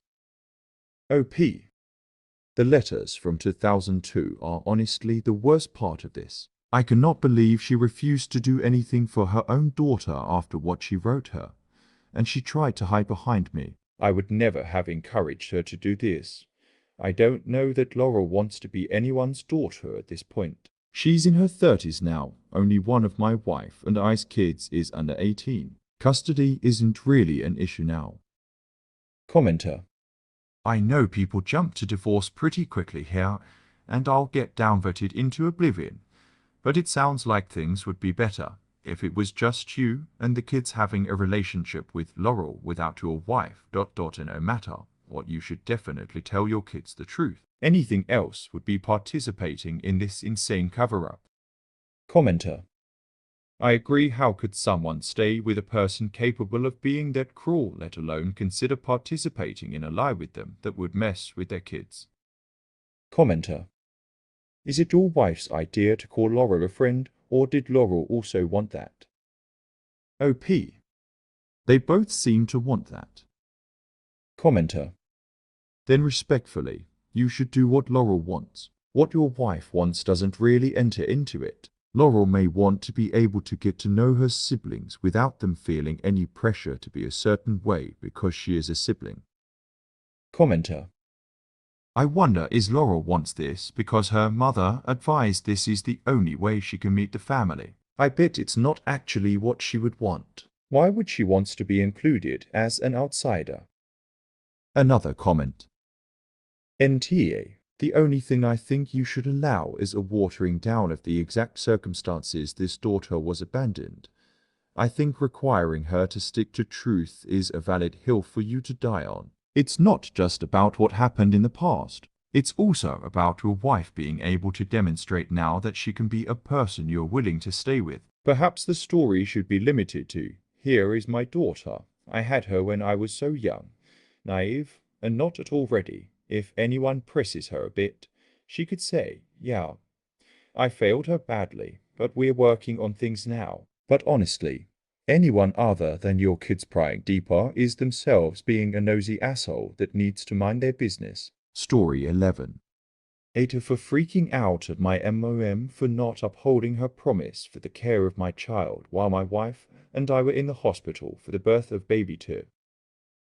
My wife and I just got out of the hospital with the birth of our second child. Both of my parents were supposed to take care of and spend the night with my older son too, 5 during this time. We went through every single detail together as this is the first time both my wife and I would be away from him overnight, so it was a big moment for us mentally. Both of my parents got the play-by-play and our understanding was both parents would be staying overnight to help our son. My MO would talk about how they would both sleep either on our couch or on an air mattress in our bedroom as my son has a tendency to get up several times during the night. He will walk through the house at night looking for us, so we wanted to make sure my parents would sleep on the same floor as him and be easy to find. While I ultimately trust both of my parents, my MOM is a nurse and has a great overall motherly caring capacity. We were comforted that she would be with my son the first night away. She has spent more time with him and was involved with caring and changing his diaper. I trust my dad, but he did not have the same level of caring or changing diapers or etc. with him. Without telling either my wife or I, my MOM decided to not spend the night at our house and left my dad there alone. She left after my son went to bed so she can get a better night's sleep at home for work the next day. I found this out from the cameras at the house. I am not 100% certain on this, but I think there is a high probability she turned off tracking on her phone as her driving history randomly stopped with share location via APP. I found this out on my own the first night in the hospital and did not say anything to her because I did not want the drama while we were in the hospital. She did it again the second night. I asked my wife while in the hospital if it was her understanding that my MOM would not spend the night at my house, and she said definitely not. We contemplated if I needed to go home to make sure everything would be good with my son. While in the hospital, she was texting me updates about how the night went, number of times my son woke up, etc. I just felt like she was trying to play it like she was there when I knew she was not. I texted my dad directly to check in after we left the hospital. I texted my MOM saying going forward, I would like better communication regarding the care of my children. Basically, if she promises something to me regarding the care of my children, she needs to either fulfill it or discuss it with me if the plans change so I am aware. My MOM got extremely defensive justifying her decision and would not let me talk over the phone. Her position was that nothing bad happened to my son. He was always safe and at home. I said I'm done with this conversation and hung up. I took a later call from her and let her know all my frustrations with this in a not-so-calm manner. I definitely used more swear words that I'm not proud of. I was worked up. She tried to tell me she didn't want to burden me with the details while we were in the hospital. I told her every detail will always matter to me as it relates to the care of my children. She broke her promise to me, and she should be ashamed of herself for causing all this drama on day number 2 of my kid's life. I told her I lost some trust in her. I'm extremely disappointed this was not discussed as part of our care plans, and the fact she did not run this past me in the moment if the plans needed to change. Eta. Edit 1. To clarify, the sleeping arrangement was suggested by her. I offered the bed and she said she doesn't want to mess with changing out the sheets. I could have told her I would handle the sheets looking back. Our couch is a large oversized L-sectional. 2 full adults can easily lay stretched out without touching each other. Edit 2. There was no care plan, but instructions. He had to get to daycare during the day and they needed to know how to sign him in, walk to classroom, etc. Edit 3. The camera is over the driveway, and I have told them they record before. It was no secret. Edit 4. I do not monitor my mom's driving history per SE. We use a family sharing app that shows the past couple days' history by default. She can see mine too. Update. Thank you for all the feedback. We talked and both apologized. I apologized for how I reacted and the language used. It was of me. She apologized for not communicating the change in plans. She said it was poor judgment and it will never happen again. Apparently, she thought about letting us know, but did not think it was needed because she knew our kid was safe. I made it clear I was not concerned with bad caring for our kid. It was about feeling like we were misled. She agreed. I think for me this demonstrated the blurred line between parents and grandparents, and it's obvious our communication needs work. I can't thank you all enough for your perspectives. Relevant comment. I don't think making a change of plans was a huge deal, but her lying about it is what really got me. She could have easily texted you or brought up her concern ahead of time. Instead, she just lied to you and gave fake updates. It's totally understandable to be mad about that. Commenter. She knew it was a big deal because she turned off her location. If she truly felt like it wasn't a big deal, she would have been honest about it. Another comment. And here the problem isn't that she left, it's that she'd made a commitment to be there, and then pretended as if she'd been there the whole time. She proved she cannot be trusted by lying to you. Commenter. This exactly it was clearly discussed and expected she would be staying there. She's defensive, she got caught out for lying, but she needs to understand that lying drama is way worse than just voicing her need for a more comfortable sleeping arrangement ahead of time. Commenter. She messaged about how many times their child got up during the night as if she was there. Liar. Liar pants on. Another comment. NTA. Reddit is wild today. It's not that dad can't watch a 2.5-year-old. It's the fact that MOM said she'd do one thing and then did another, going so far as to lie about details of the evening as if she were there. All she had to do if she wanted to sleep at home because she had to work the next day was check notes, openly communicate with her son. Commenter. The thing that is crazy about this is what if, just maybe, Grandpa was like, hey, actually, I got this. I mean, was she reporting on grandson number 1 getting up and going back to bed, how the night went, etc. from what her husband told her? I think so. It seems that way. It's too bad Grandpa couldn't have called his son and said, hey, MOM needed to go home. The mattress really wasn't working for her. Don't worry. Grandson number 1 got up, and I did XYZ, had a couple change diapers. No biggie.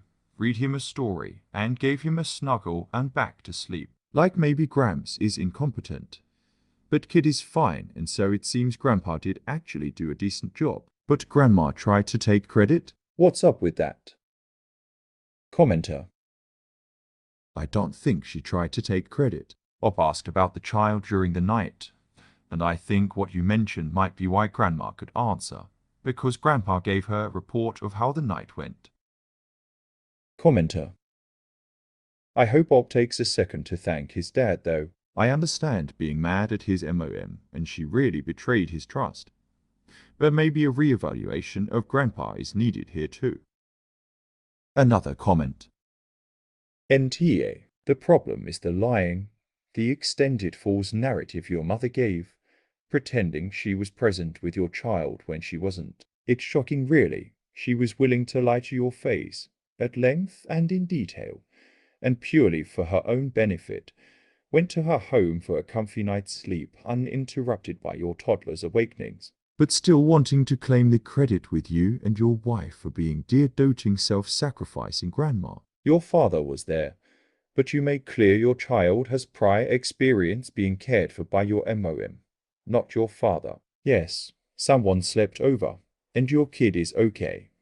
But that's not the issue. It's the shameless deception by your mother, giving fake reports on your kid's behavior that she wasn't even there to observe, because her sleep was more important than her grandchild.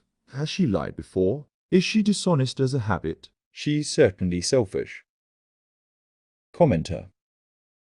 Don't forget, she deliberately turned her family tracker off, knowing she was pulling some shit, so she wouldn't get caught. Commenter.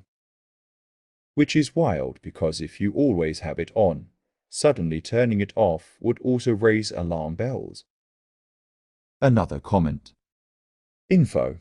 Why couldn't your parents sleep in the bed in your room while staying with your son? Why would they need to sleep on an air mattress? Not saying it makes your mom's actions correct, but I am deeply confused why a mattress or sofa were the choices if your bed was right there. Commenter.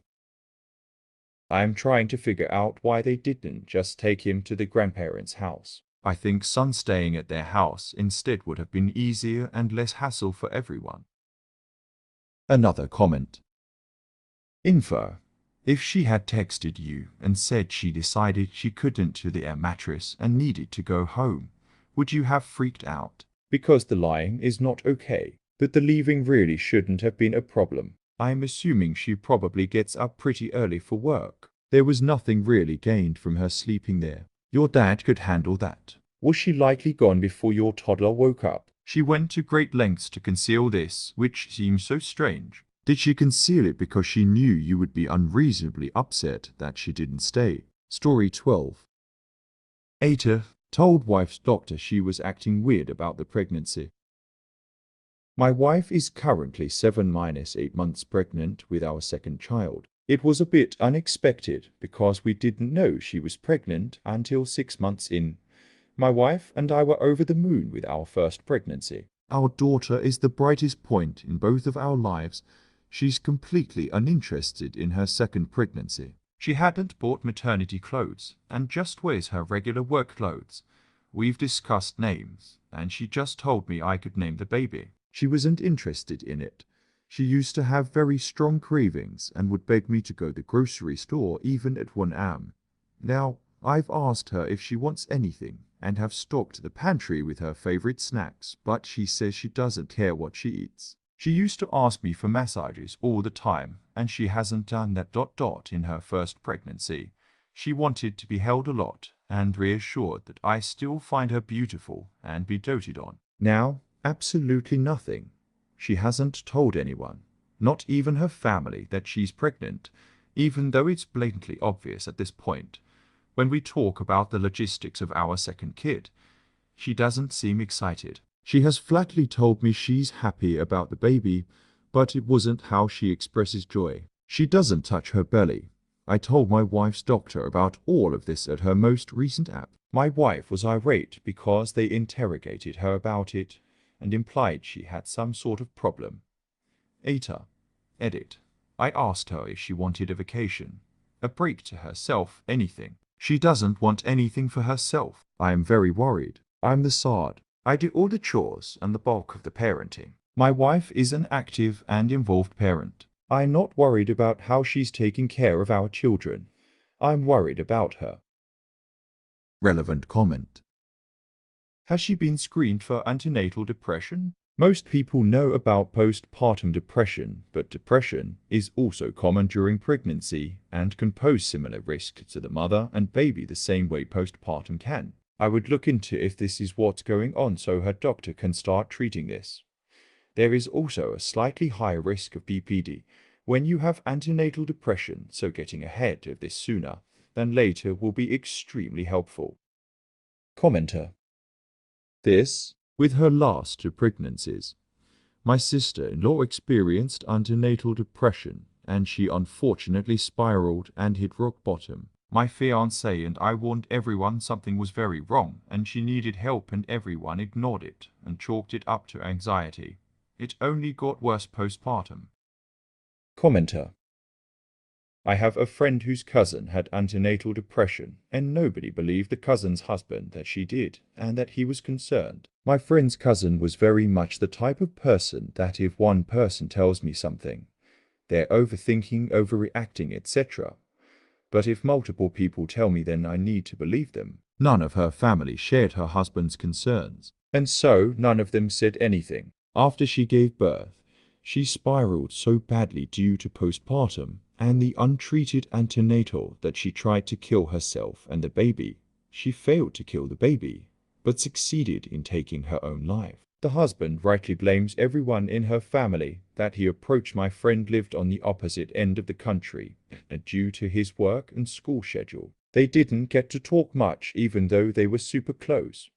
So he had no idea any of this was going on until he was getting calls saying she was dead that told him he was imagining things, and he got a court order prohibiting them from having any contact with him or his child, because his lawyer successfully argued that if they'd listened to him about his concerns for his wife, she'd still be alive, and that he couldn't trust them to keep his child safe if he let them be around them. As soon as he got the court order, he took steps to change his number, transferred to another city on the other side of the country for work, and dropped off the face of the earth essentially as far as they could tell. The worst part of it all, his wife was acting the exact same way Up's wife is, from what I've been told. My friend is the only family member that has any idea how his cousin's widow is, how their child is, and all that jazz, because while they didn't talk often when all the stuff was going down, he was still close to his cousin and her husband, and if he'd known, he absolutely would have tried to convince his cousin to get help. It's been close to 4.5 years, and to this day, my friend is the only person on the mom's side of the family that his cousin's kid has met, because the whole thing happened like 2 weeks after she and the baby came home from the hospital. And they didn't want anyone around because they came home like right around the time the first lockdowns went into effect. Commenter. That is absolutely awful. Did your friend ever say what the family had to say for themselves? Commenter. Basically, they tried to blame the husband for not pushing hard enough to get people to listen to him, even though he was already threatening to never allow access to his child with her if they didn't take him seriously, a threat that he made true after her death, but one that would have been easy to make true, even if she hadn't done what she did as outside a couple of people like my friend. She wasn't close to most of her family and wouldn't have been bothered to cut most of them out of her life. Basically, my friend and I are both of the opinion that they didn't care until it impacted them, because that's their usual mo according to my friend. Commenter. Mental health issues probably run in the family. Pregnancy hormones exacerbates the situation, so families like that normalize shit. That's the problem. I'll give an example of what I mean. My MOM took my youngest sister to speech therapy because in comparison to the rest of us, she spoke the latest when it's usually the other way around. Our oldest speaks the latest. Long story short, my stepdad's family was trying to convince her otherwise because people in their family spoke late. Like 8 years old, and they are fine. They aren't fine. My MOM was like, I'll be damned if I listen to them. Another comment. She sounds a bit shell-shocked, which is frankly understandable when you realize you only have 3 months to prepare for a new baby, rather than the usual 7-9 months. Commenter. This happened to me. I didn't find out until I was 7 months pregnant. Everyone around me was happy, and I didn't know how to feel. Commenter. I had a coworker who celebrated starting menopause in April, was completely shocked when she went to the in December, and was told she was in labor. Her other kids were in their mid to late 20s as her husband was shocked because he'd been told he was infertile due to a bicycle accident at 12. Testicular trauma. His newborn daughter loomed just like him and had his bright orange ginger hair. Fortunately, I couldn't imagine a surprise pregnancy and kid in my late 40s. Even my sister that planned to get pregnant at 43 wouldn't have wanted a surprise baby then. Commenter. I was halfway through a pregnancy at 48 before I realized what was happening. I only took the test as a lark because my soft stomach was feeling firm. I used to think, who wouldn't know they were pregnant? Didn't gain weight, had my period, slight nausea that went away quickly. Entirely different from any other pregnancy I had previously had. Another comment. I got really depressed when I got accidentally pregnant with my second. I was so scared that I wouldn't be able to give my oldest all the attention she was accustomed to, and felt that I was failing her by having another baby. I wasn't happy about being pregnant, and even resented my daughter before she was born. But once she was born, all the negative feelings washed away. Now, years later, I couldn't imagine my life without her in it. I can't believe there was ever a time I didn't want her. Just be there for your wife, be supportive, and give her grace because she is going through so much right now. Commenter. This is what happened with my third. We need to talk about this more often and openly. Because it's normal. I'm sure many women feel like this, but we're shamed into feeling it's just us. Commenter. My second child was very much planned, and even then, I still had these same feelings of like, how could I do this to my first? It's so normal to feel that way. Another comment. I understand your concerns, and it's very sweet of you to be observant like that. I'll be honest with you, my second pregnancy was a surprise, and I really could not give a rat's ass about being pregnant, or anything baby related. After I had the baby, I was all about it, but quite frankly, I just fucking being pregnant, so I just ignored it and followed what the DR said. Commenter. With my third, he was a surprise. The first 3 months were awful emotionally. I had just finally gotten my second sleeping through the night and was just starting to be human again. It was hard. I also hated pregnancy. So yeah, I get it. And I think I'd freak out worse if I was Op's wife finding out so late. Because now there's no chance to abort and very little time to adjust before baby arrives. That with all the hormones, yikes. Love my kid now. And after 3 months, I felt better. I spoke to a super nice nurse. I can completely understand how this might be the issue with his wife. Another comment. Is it possible that she's stressing out with the fact this was an unplanned pregnancy? You mentioned she's the breadwinner, so is it possible that she's stressed put over the finances now with this new baby? How many hours is she normally working? Will she be able to fully recover before going back into work again? Or will she need to return back to work sooner than she wants to in order to avoid any financial problems? Has she mentioned how much paternity leave will she be getting? Some people internalizing their worries, so is it possible that may be happening? Another comment. Sounds like if she's the working parent, then she knows this will be unexpected. Hurt her work since it's last minute. Possibly hurt her prospects with projects. Will look like she hid it from her employer. And she has to prepare for medical incidents she didn't mentally get ready for in advance. Commenter.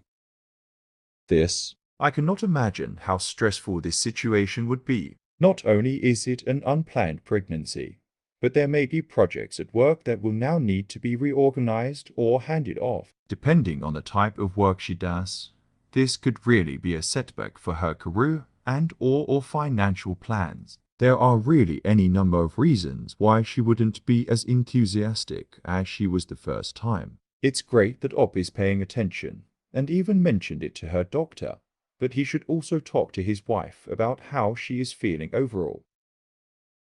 Another comment. NTA for trying to help your wife that has been signaling many red flags. It sounds like a tough situation, because ultimately she needs to be the one to want to get help. Hopefully you can talk her into it. OP. That's the problem. She doesn't see an issue because she keeps the baby healthy, but I'm not worried about that. I'm worried about her attitude and how she's acting. Commenter. Be sure to tell her she is just as important as that baby. I can tell you feel that way, but it's important to find the right words to say to someone.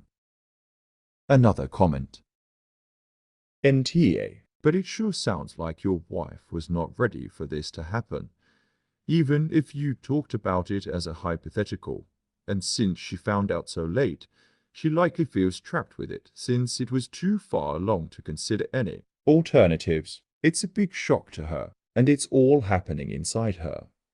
She sounds like she's dissociating in a big way. That's a big shock to her system. She's processing a pregnancy that she only found out about a month or so ago, and she's due to push out a watermelon with everything that comes with that in less than a month or so.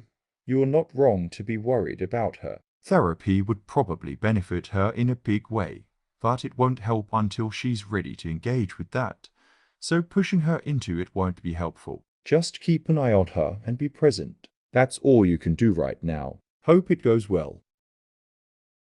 Another comment.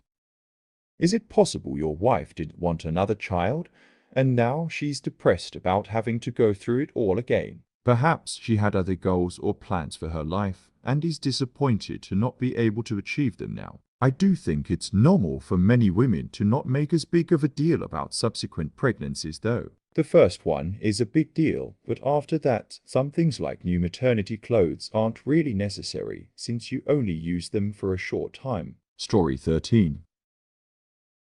Ada for refusing to consider stopping our divorce after my ex admitted her psychic friend lied about me having an affair.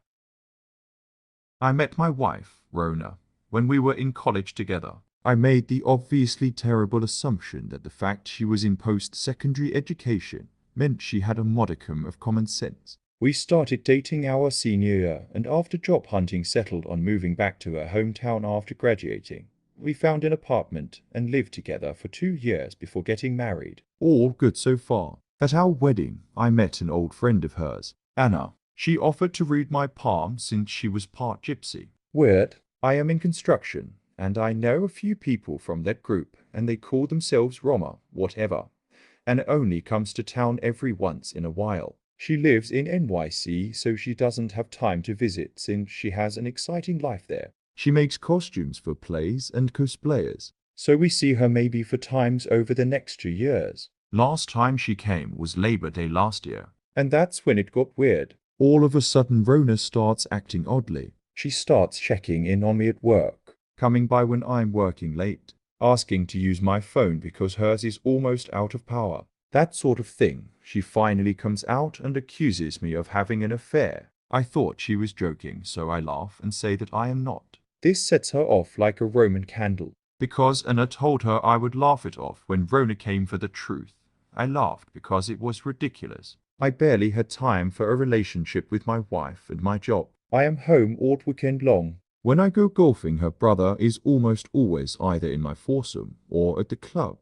And most important of all, I love my wife. I wouldn't do anything to harm her. And yet she takes the word of Anna, the psychic seamstress, over mine. She asked me to leave our apartment. I say no because I have nowhere else to go. So she leaves and moves back with her parents. They think she is nuts too. I spent the next few months working and trying to convince her that I'm not cheating and that I want her to come home. I don't get invited to Thanksgiving because it would be awkward. I didn't even stick around for Christmas. I went home to see my family. They have been following all this stupidity without commenting until then. At Christmas, they had an intervention. They said my wife was having a break from reality and that she wasn't coming out of it. My dad told me to give my head a shake, which he only does when I am being monumentally stupid.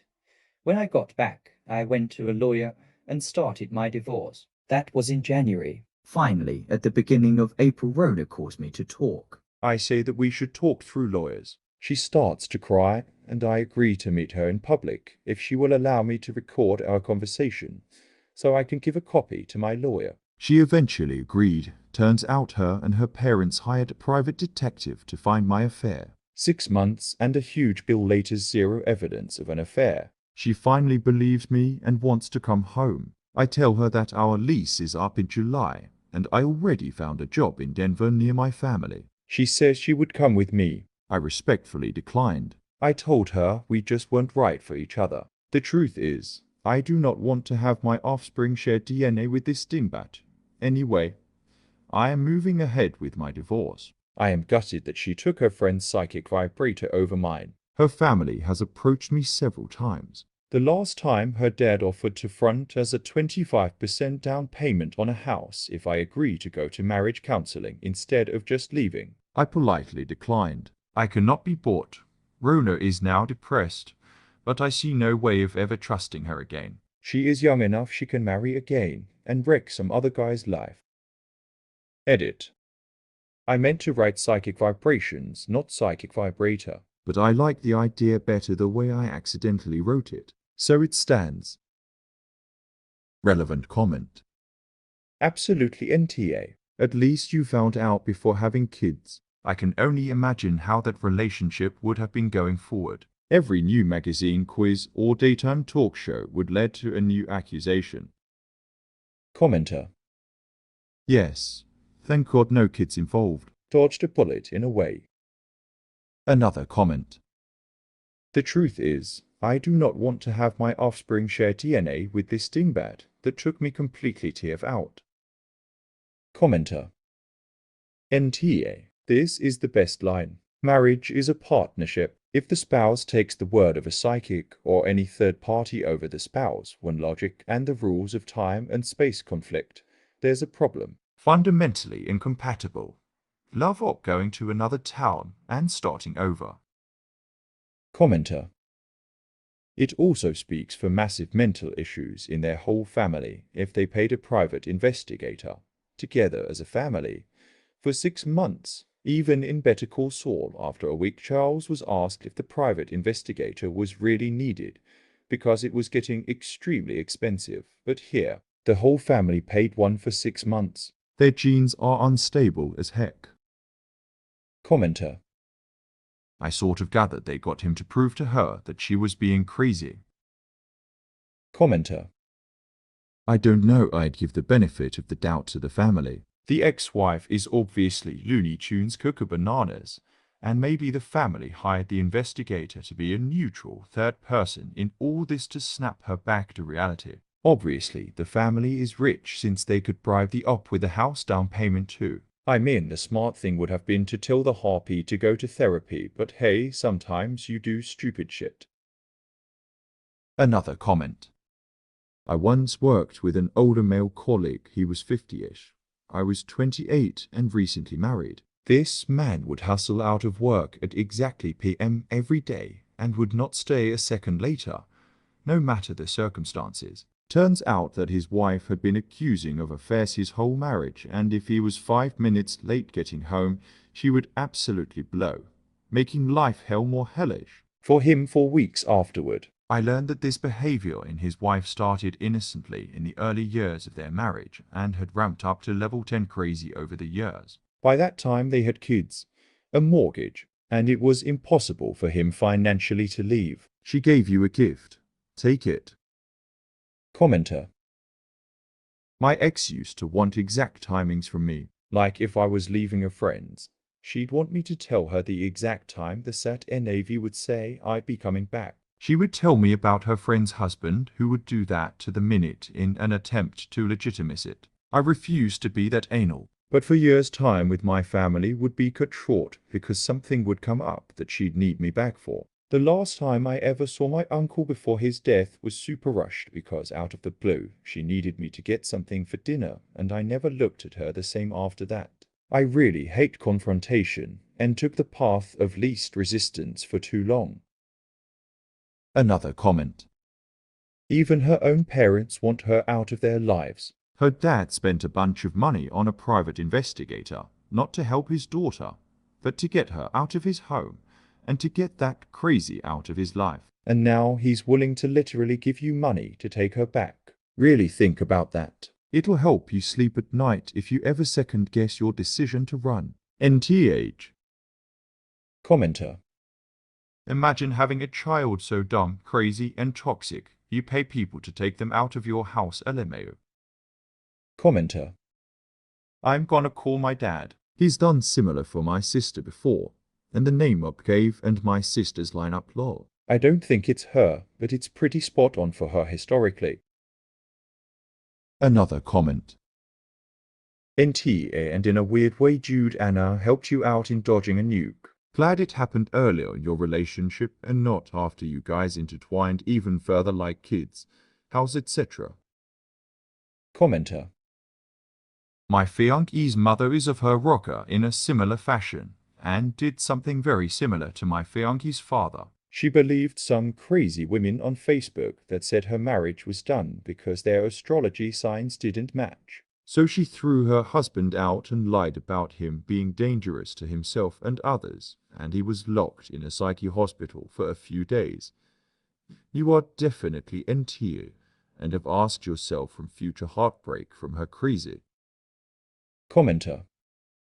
One of my exes joined a cult. They said that my ex was from Vulcan and needed to work with another cult member, who also was. I think the actual plan was for the two of them to start having a relationship, but I don't know that it ever reached that point. They said I was from the Pleiades. My response was, actually, I'm from Toledo. I am not making this up. Another comment.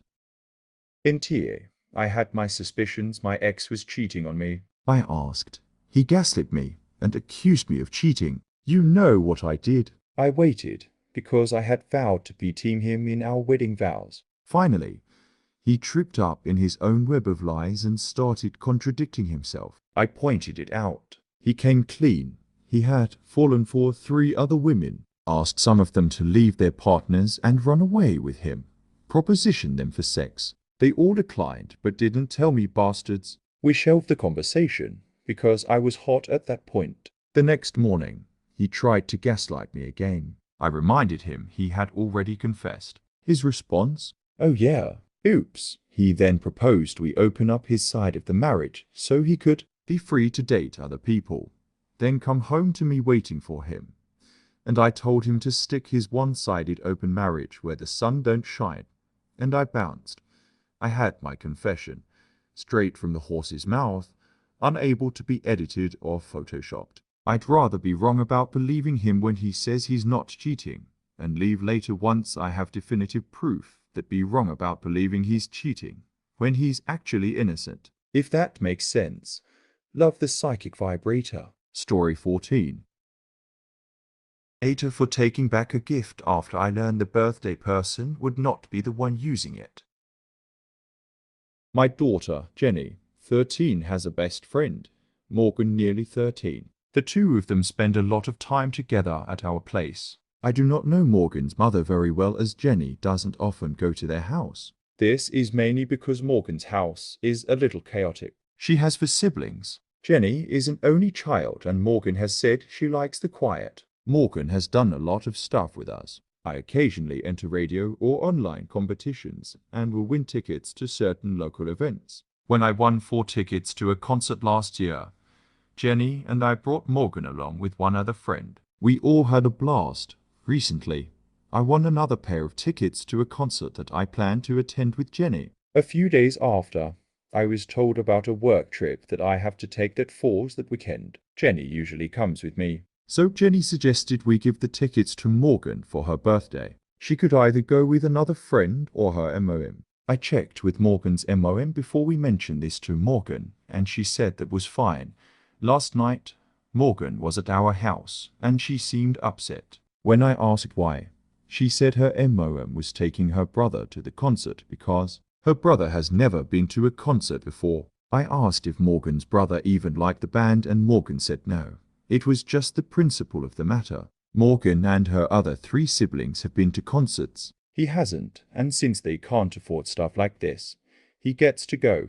I found this unfair and honestly a waste of tickets. I called Morgan's MOM to double-check this story, and she confirmed it all, including her 11-year-old son barely knowing anything about the band. I said I'm sorry, but I don't feel right giving these as a birthday gift anymore, as these were for Morgan. I said we'd give them to Jenny and Morgan's other friend who I know likes the band, and we'll get Morgan something else for her birthday. Morgan is fine with this. Morgan's MOM is pissed and says I'm trying to tell her how to parent. I don't think I am, because if a different friend gave Morgan the tickets and it was the same result, as shitty as I find her MOM doing this, I wouldn't say anything, as that's not my business. As I am giving the tickets, I want them to go to Morgan. I'd also maybe feel different if the brother loved the band too, but as he doesn't, I don't want to give them ... Ezo here. I am left wondering if I'm being an ass here.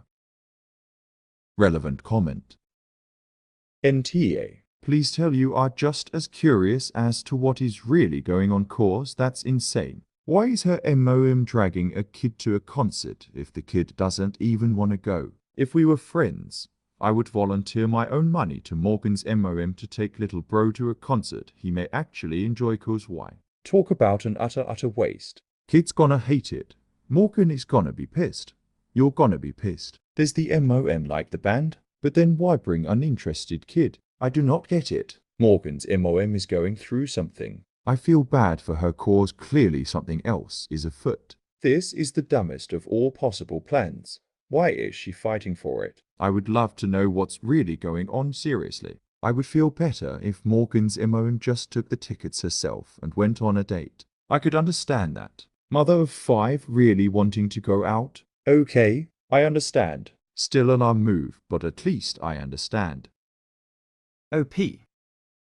MOM doesn't even like the band either. It's a group directed at teens. Not saying adults can't like it, but she's said it's not her thing, and she's only going as the 11-year-old and Morgan are too young to go together. I suspect MOM has a lot of guilt about not being able to afford these things, and is trying to make it fair without realizing equity. Yes, now all 5 kids will have gone to a concert, but the other 4 have seen bands they enjoy. This kid is going to a concert he won't enjoy, just in the spirit of first concert. Commenter. Oh, she's so overwhelmed she isn't thinking straight. She is forcing an 11-year-old uninterested boy to spend the night surrounded by teenage girls at, I guess, a boy band concert. Be the bad person and take back a gift from a 13-year-old. Somehow Karma will figure this one out and right this ship. Get that MOM a night out or off too. She is overwhelmed. Commenter. Being overwhelmed doesn't give this woman the right to be horrible to her child. Commenter. Or make up obligated to buy a third ticket or a night out. Of course, if Potter Squash wants to fund these things, I'm sure I'll get her in touch with Morgan's MOM. Another comment. NTA. Morgan's MOM is pissed and says I'm trying to tell her how to parent. I mean, somebody needs to. Commenter. For real. She's stealing her child's birthday present and acting like she has the moral high ground here. Commenter. Exactly. The tickets are for Morgan. Her MOM is taking her gift tickets and using one and giving away the other. It is no longer a gift for Morgan. Commenter. Exactly. If instead of concert tickets Hop gave Morgan money for her birthday.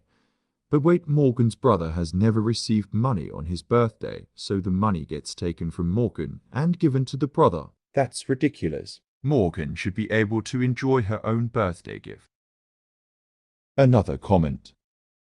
From the title, I was ready to vote you as the R, but nope. Morgan's MOM is the R for sure. How are you gonna take your kid's birthday gift away from them and give it to one of your other kids? NTA. Commenter. Same. At first glance, I was assuming it was a case of person I gave the gift to didn't want it. But this isn't that. It's literal theft, lol. I'd be so pissed if it were me. Commenter.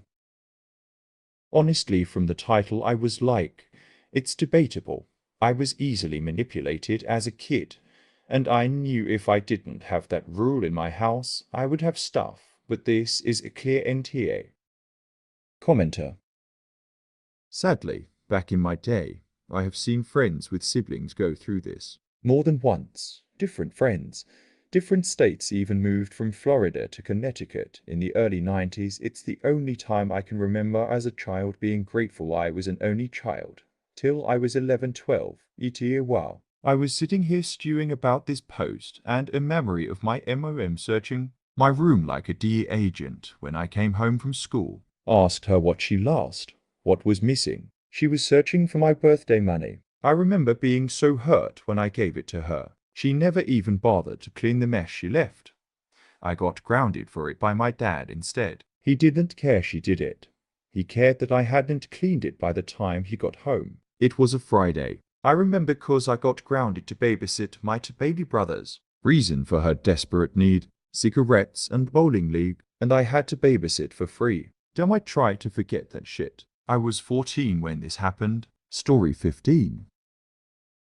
Ada for telling my wife to never volunteer me to help her family again.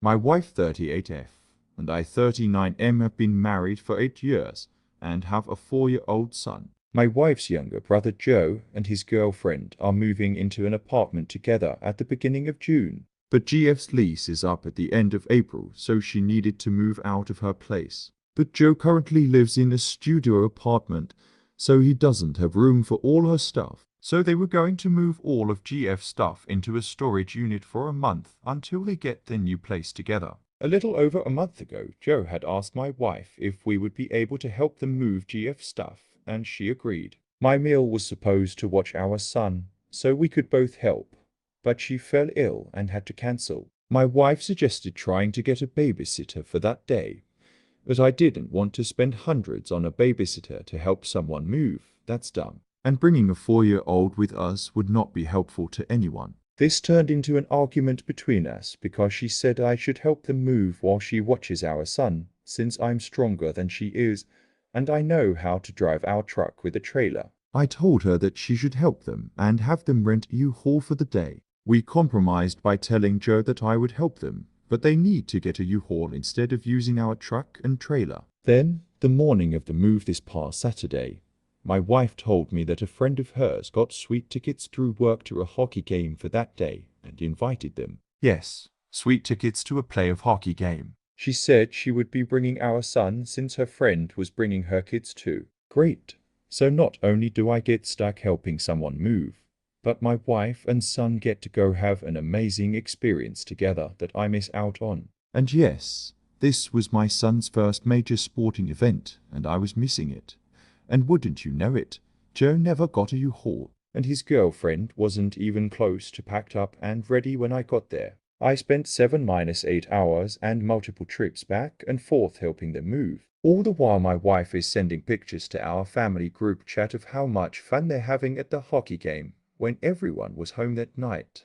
My wife was surprised that I wasn't in a good mood. She said that I acted like I barely cared when our son was telling us about the hockey game and how much fun it was. I asked her if she was seriously confused about why I was upset, and she told me to tell her. So, I started railing off all the reasons I had to be pissed off. She volunteered me to help.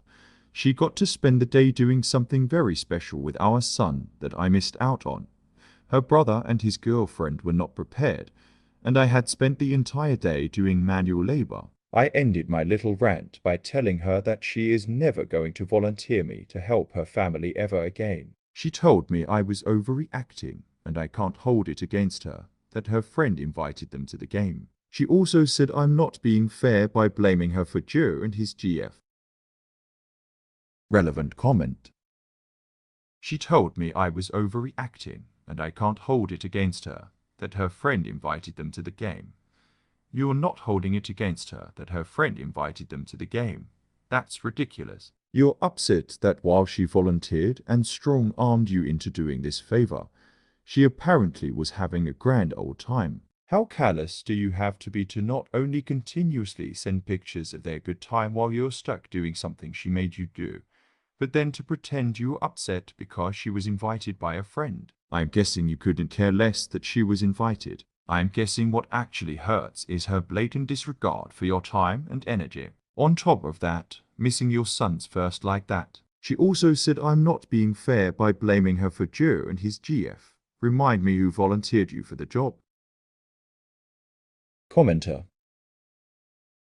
I think the wife knows she was in the wrong, so she tried to change the argument. It was almost successful too, and made up doubt himself enough to make this post. Commenter. She sure seems to be following the narcissist's prayer to a T. That didn't happen. She doesn't admit to volunteering him, and if it did, it wasn't that bad. She told me I was overreacting, and if it was, that's not a big deal. She told me I was overreacting, and if it is, that's not my fault. She said I can't hold it against her that her friend invited them to the game, and if it was, I didn't mean it. She said I can't hold it against her that her friend invited them to the game, and if I did, you deserved it. She also said I'm not being fair by blaming her for Joe and his GF. She volunteered him he was helping. Another comment.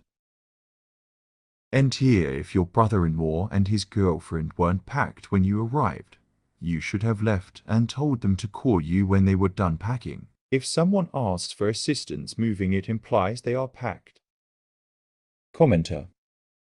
I have learned to offer X amount of time when friends ask for help moving or painting or doing Reno single quotes so I will tell them directly that I am willing to help them for 4 hours, and then ask when that would be the most helpful. Then I am happy to help pack boxes, move boxes, unload the trailer, arrange furniture. Whatever, doesn't matter. But once my time is up, I'm out of there. Then I buy myself pizza and beer on the way home.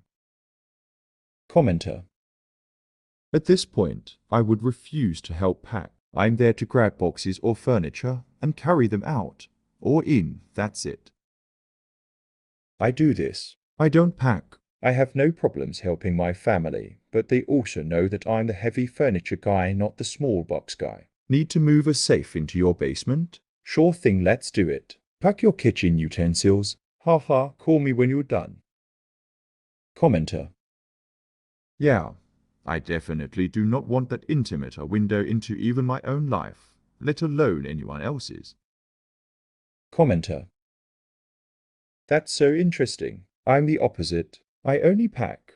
I don't do any lifting whatsoever, but I'm also an average-sized woman. Will I help pack up your kitchen? Yes, but I'm not helping lift your couch. Commenter.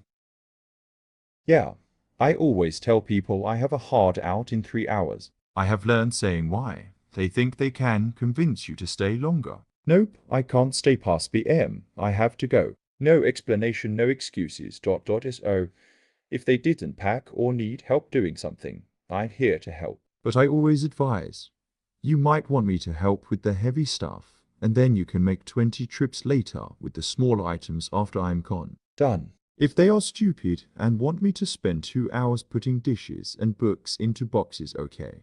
Your choice. Still leaving in one HR. It's really made me less resentful of people abusing my kindness. And I can offer kindness without it ruining my day or relationship. And if they offered food and they haven't ordered it by the time I leave, well, as I'm leaving I say, okay, since I didn't get the food you're promised in exchange for work, I just did next time we go out. Meals on you. No argument, no negotiations. Commenter. We normally don't set a time limit, but our social circle have a rule of, we help you move. Once settled, you host a BBQ for everyone who helped or send a bottle of booze to those who can't make it to the BBQ. That said, we are also more prepared than OPS in-laws. I even have a folder with stickers and color code boxes to rooms and have a list of what is getting moved in what vehicle, which I know I will have access to when people say they can help. Even hubby doesn't always know our plan, and sister asked me, but he also knows his jobs, and that I will have everything organized. Another comment. NTA. I've helped a lot of people move, and not a single one was totally ready to move. It's a spectrum, and most are on the not totally packed, and definitely haven't cleaned end. Then he didn't even bother with you haul. She knew she was setting you up for a shit day as soon as she said she was staying home to watch your son. Going to the hockey game was just the cherry on your shit Sunday. Commenter. I once showed up and the couple had like 5 boxes packed. I blinked a few times, reminded them that I was happy to help for 4 hours, and got to work packing. They were surprised when I left at the end of that time. But we aren't done yet. Commenter. That is correct. You are not done. I, however, am quite done. Commenter. Love your response. We helped my Phil with an auction and moving to an apartment after my mill died. Actually, he did nothing himself. Nothing at all. At the end of the weekend. We left because we had to work the next day. He was really angry that we left because everything wasn't done. Another comment. NTA, you missed out on quality family time to help her family. You were probably trying to hold in the fuming rage when your son was trying to tell you about the game, and you seemed barely interested. I can see how this was a rock and a hard place, and I have made the move several times when people commit to coming by to help with a move, and then they don't show up. But I would rather someone not come to help move if they are going to begrudge coming, or bring their kids that are underfoot or need to be watched being there too. I belong to a religious community where helping people move is such an iconic act of service that it also becomes the brunt of some hilarious jokes. So needless to say, I have seen my days of hot, cold, easy, to back-breakingly difficult moves, and I would never volunteer an enemy, let alone a friend or a loved one, to moving. Then to go off and enjoy the day at an awesome game is like when reminds me of the immortal words spoken by Max while you're at it. Why don't you give me a nice paper cut and then pour lemon juice on it? Another comment. NTA. I think that by the time people are past their mid-20s, they should hire moving help. It's not that expensive. The last time we moved, I was able to add on helpers to my U-Haul rental for about $600 for an 8-hour day for 2 strong guys who knew how to pack a truck. I'm 40, and I would infinitely rather throw in $100 to help with that cost rather than actually physically help someone move. Commenter. And $600 is why many people don't hire help when they move. Many won't have a spare $500 sitting around just for moving. I have physical disabilities and have to move stuff myself, because I will never be able to afford movers, especially once I get on disability pay, because the pay is shit. Another comment. I don't know why women only view men as laborers but pretend they don't. They literally see us for our muscles and or paychecks. Yanta, you are also more graceful than me, because you stayed to help. If it had been me, and I showed up with them not being ready, I would have said, oh gosh. Sorry about that. I was coming to help you guys move, but it looks like I misjudged the time. Call me back when everything is boxed up and you have the U-Haul, and I'll come help get it loaded. Then I would have left to play golf and ignore their calls. If my wife volunteers me without talking to me first, I almost always, without fail, will not follow through on what she volunteered me for. I usually tell her that I'm not gonna do it. If she asks why, I ask why she only volunteered me, and not both of us. I'm sorry I am not a mule or own laborer that you can rent out to your friends and family. Commenter. Sorry to hear you had so many bad experiences. I must admit I've seen it happen too, even to the extent where kids are mocking their dads by parroting after their MOM. In the majority of the relationships around me, luckily, the partners seem to value each other greatly. I hope you have better experiences in future that will change your feelings WRT women and make you feel more valued. I have my own paycheck and occasionally ask my man to lend me some muscle power when trying to lift something heavy, but in return, I'm always there when he needs one. Hope you too feel cherished one day. Story 16. Ada for passing out during a family gathering meant to introduce our new baby. So, recently, I 27F had a beautiful baby girl with my husband, 29M. She's my pride and joy. I love her more than I love myself. But taking care of her has taken its toll on me. My husband promised the work would be 50-50 when we agreed we wanted children, but I don't feel that's being reflected by his actions this past month. It's gotten to the point where I can't even ask him to wash her up without him saying something along the lines of, "My paternity leave is short. I want to make the most of it by relaxing a bit. I'll help you out later." And I get it. His paternity leave is only 6 weeks while mine is 16 weeks. But my nether regions hurt like a bitch for a better part of 2 weeks after the birth, and all he could do for me was occasionally burp her. Now, my baby girl has gotten to a phase where she doesn't want to sleep. She'll sleep for an hour, but then she's up and back to crying, and I have to get up and try to soothe her. It's been happening for a week now, and I've gotten so little sleep that I'm nodding off while eating or doing TG laundry and stuff. Saturday was the month anniversary of my daughter's birth, so I decided to gather both sides of the family to meet her. They hadn't met her prior because I wanted to rest as much as I could and I heard somewhere that you shouldn't be taking babies out and about when they're fresh out the womb cause they're more prone to illness then. So, we had this gathering at my mother's house and all was well. Everyone was cooing over our baby. There was food. People were catching up on eating for the first time. It was nice, but I had gotten about 3 hours generous estimate of sleep in total the past week, and I was starting to feel the effects of it. I was feeling lightheaded and clammy, but I didn't want to make a scene, so I tried to go to a bedroom to lie down. I didn't take 10 steps before my vision completely blacked out. I wasn't down for long, but I had fallen over, which drew some attention. I explained to everyone who was concerned that I was fine and that I was just not getting enough sleep, and I could see my husband visibly frown at that. They gave me some of the dessert my aunt made to get my sugar up, and the party continued. I felt embarrassed about the whole thing, especially since everyone was still looking over me till we left.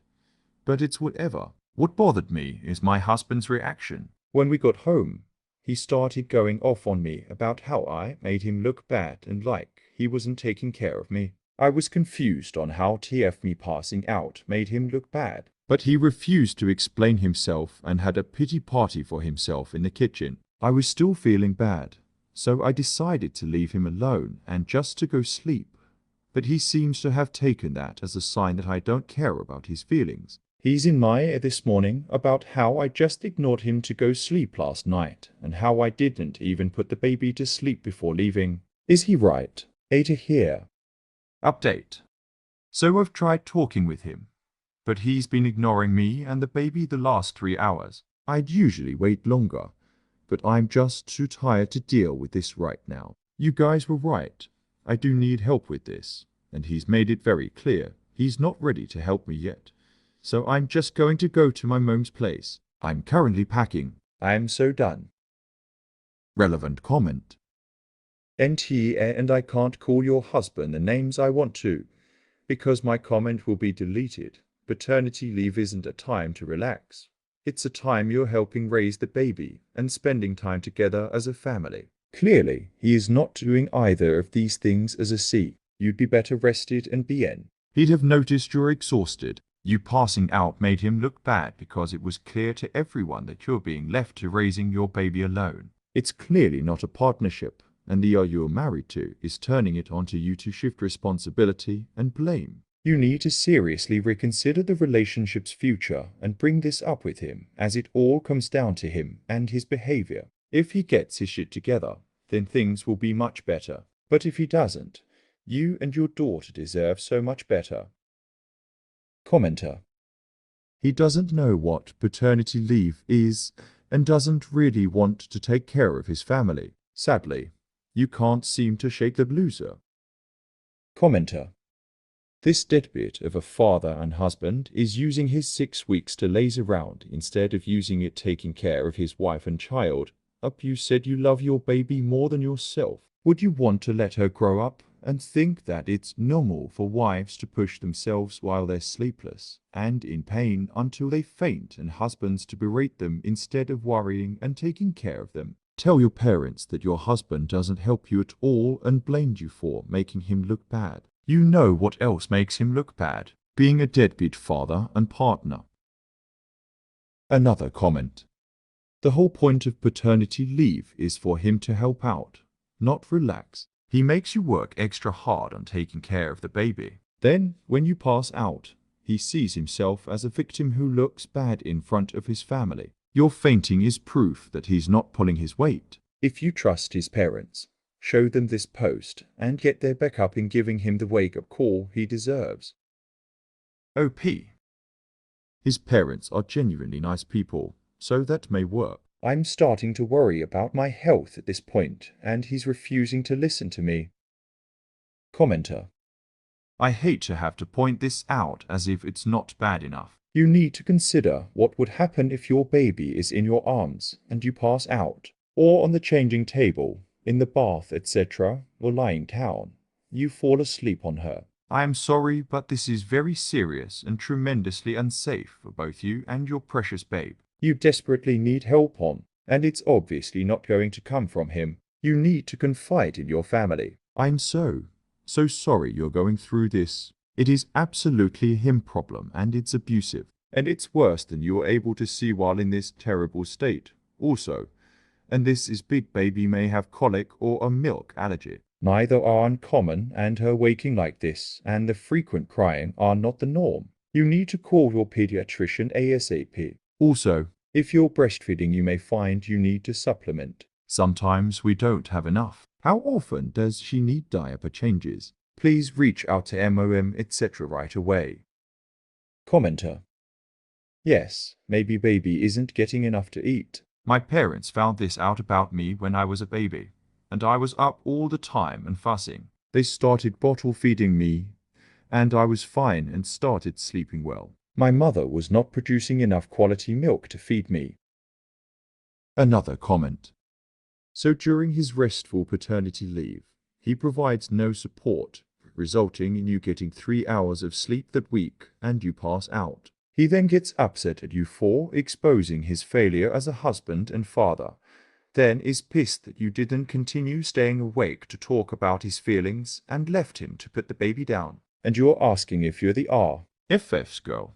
This man does not care about you. He only cares about himself. Take your daughter and go to your parents. I fear you're too tired to recognize what's happening right in front of you. Please get support from your family. This man is toxic AF. Commenter. Get the baby checked for colic. It's terribly painful. Baby will get relief, and you will hopefully get some sleep. After you catch up on sleep, start thinking about your future with this man. See if it's a future you want for yourself and kids. Ignore him for now. He should currently be your last priority. Same as you are with him. Another comment. He has just shown you who he is. Believe him. You collapsed, and he is only concerned with how he looks, not what caused your collapse, not how to prevent it from happening again, not showing empathy, compassion, or even basic care. He is ticking a lot of the narc trait boxes. You have a major of a husband who really does not care about you or your well-being. Good luck, as men like that do not change unless they want to and commit to changing. It's a proven fact in psychology. You can spend the next 5, 10, 15 years having your needs neglected, being minimized, and becoming resentful, begging for basic respect. Or you can grow a spine and stand up against your man-child of a husband. Fast forward a few years, and your daughter is in your shoes. Would you tell her to put up with it? Equally, if you have a son and he treated his partner this way, would you ignore it? Another comment. You made him look bad. No, sweetie, he's a bad husband and a shit father. That's what's making him look bad. He's using his very generous paternity leave to relax while you do all the work after 9 shitty months and the ordeal of labor. And please forward this to your husband. Let him see what people think of his shitty behavior. Commenter. He isn't angry that he might look bad. He is angry that he might get caught being the useless husband that he is, because he knows he is doing nothing and putting it on op. He is afraid that his family will rip him a new one. That's why his reaction is so over the top. VTW. The fact he worries about his image and not her health tells me all I need to know. Another comment. NTA. He made himself look bad, and he deserves it. Paternity leave is not vacation time, and it's not time for him to relax. He is supposed to be taking care of you and baby. Also, not related to your question, but the baby is probably gassy. Try gripe water. Totally natural and harmless. OP. Oh my God, thank you. I'll try that. Commenter. Call in the troops, little mother. You are allowed help. You deserve help, not guilt. You deserve someone who takes care of you and your child, not a man-child who needs his ego suits. BTW. He should just go back to work since he is shirking his paternity duties. Why should he be paid for them? Best of it all. OP. You and your baby deserve it. Your sperm donor not so much. Okay, BTW. Are you nursing? Wondering if cluster feeding is happening due to insufficient milk production. Lack of self-care can be a culprit. Are you hydrating and eating enough to produce enough milk? Pump and bottle feed to find volume and stimulate production. Lactation tea and lactation treats really work. Commenter. Also, if you find that gripe water doesn't work, it didn't for my twin girls. The bicycling the legs works. I do a pattern with them that I still do now at nearly 10 months old, which is left and right for about 10 times, then both legs down, and then up and gently press. Gets gas out of them 9 times out of 10. I think about this age too. They were going through cluster feeding also. If no one told you, if you get your period back while breastfeeding, the baby gets super fussy on the boob because of a change in taste, and they feed more because of a supply drop. This was something I never knew with my son, but found out with my girls 8 years later. Another comment. Please divorce this guy. He will continue making life harder for you. I raised my child alone, and I was stunned at how much easier it was once I got rid of the selfish man baby who had been draining every last bit of my energy. Plus, you don't want your daughter growing up internalizing that treatment as what she should expect as a woman. NTA. Obviously. Your narcissistic post-spouse needs to take that proverbial long walk of a short pier. Story 17. Eta for not telling my parents that my adopted son was my biological son until there was a financial reason to do so. My parents have never liked my oldest son Nathaniel. He was my godson and the child of my best friend and her wife. My friend Sarah had been out and proud since she was 12. Her parents were super supportive and were the best allies I could imagine even before she told them. Sarah and I went to middle school and became friends. I had a massive crush on her until she explained she was into girls. First, I was confused and I accepted it, and our friendship changed and got stronger. My parents hated her, not for breaking my heart or anything, just because she was gay. I told them I wasn't going to stop being friends with her, and that I would rather be friends with her than their kid if they tried to make me choose. Fortunately for my parents, Sarah and her family moved, but we stayed in contact with email and MySpace. Out of sight, out of mind for my parents. Sarah and I both applied, and were accepted to the same college. 2 years and we moved out of dorms and got an apartment together. She was the best wing person ever. Sorry for the backstory. She met and married her wife. They needed a donor. I fit their criteria. I agreed so long as we had a contract that took any financial responsibility away from me. They agreed, and I became Uncle Kaiden. I was in their son's life from the moment he was born. Well, not the moment. When he came out of the room, not the birth canal. I also became his father figure and godfather. We were going to tell him when he was old enough to understand. Then I met my wife and got married. She knew the whole story because I didn't want her to think I would keep such important details of my life a secret. We have 2 children together. I am LC with my parents for multiple reasons.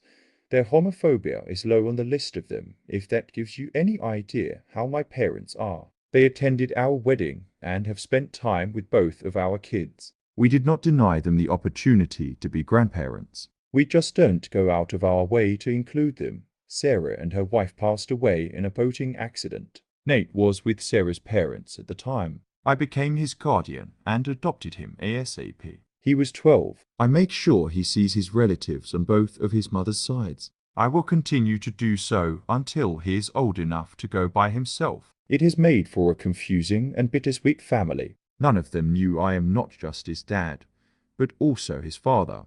My parents, on the other hand, have always tried to exclude him. I have made it clear to them that he is my son, and I won't put up with their shit. I also didn't tell them the truth because I was afraid they would tell him before we were ready. We told Nate when he turned 16. He laughed and said he had figured it out a long time ago, but was humoring me and his MOMS by pretending he didn't. He has always been a smartass. He also said he was more than happy with his 2 sets of grandparents and did not feel he was missing much with my folks. My wife's parents love him too. It came to a head in February. My parents received an inheritance from my grandmother passing away. They don't need the money, so they contacted me to see if they could put money into the kids' education funds. I thanked them and agreed. I told them that they could send me the money, and I would split it up into all 3 accounts. Nathaniel has a good fund that we topped off since we got money from his MOMS insurance. We also rented out their old house and used that money for expenses.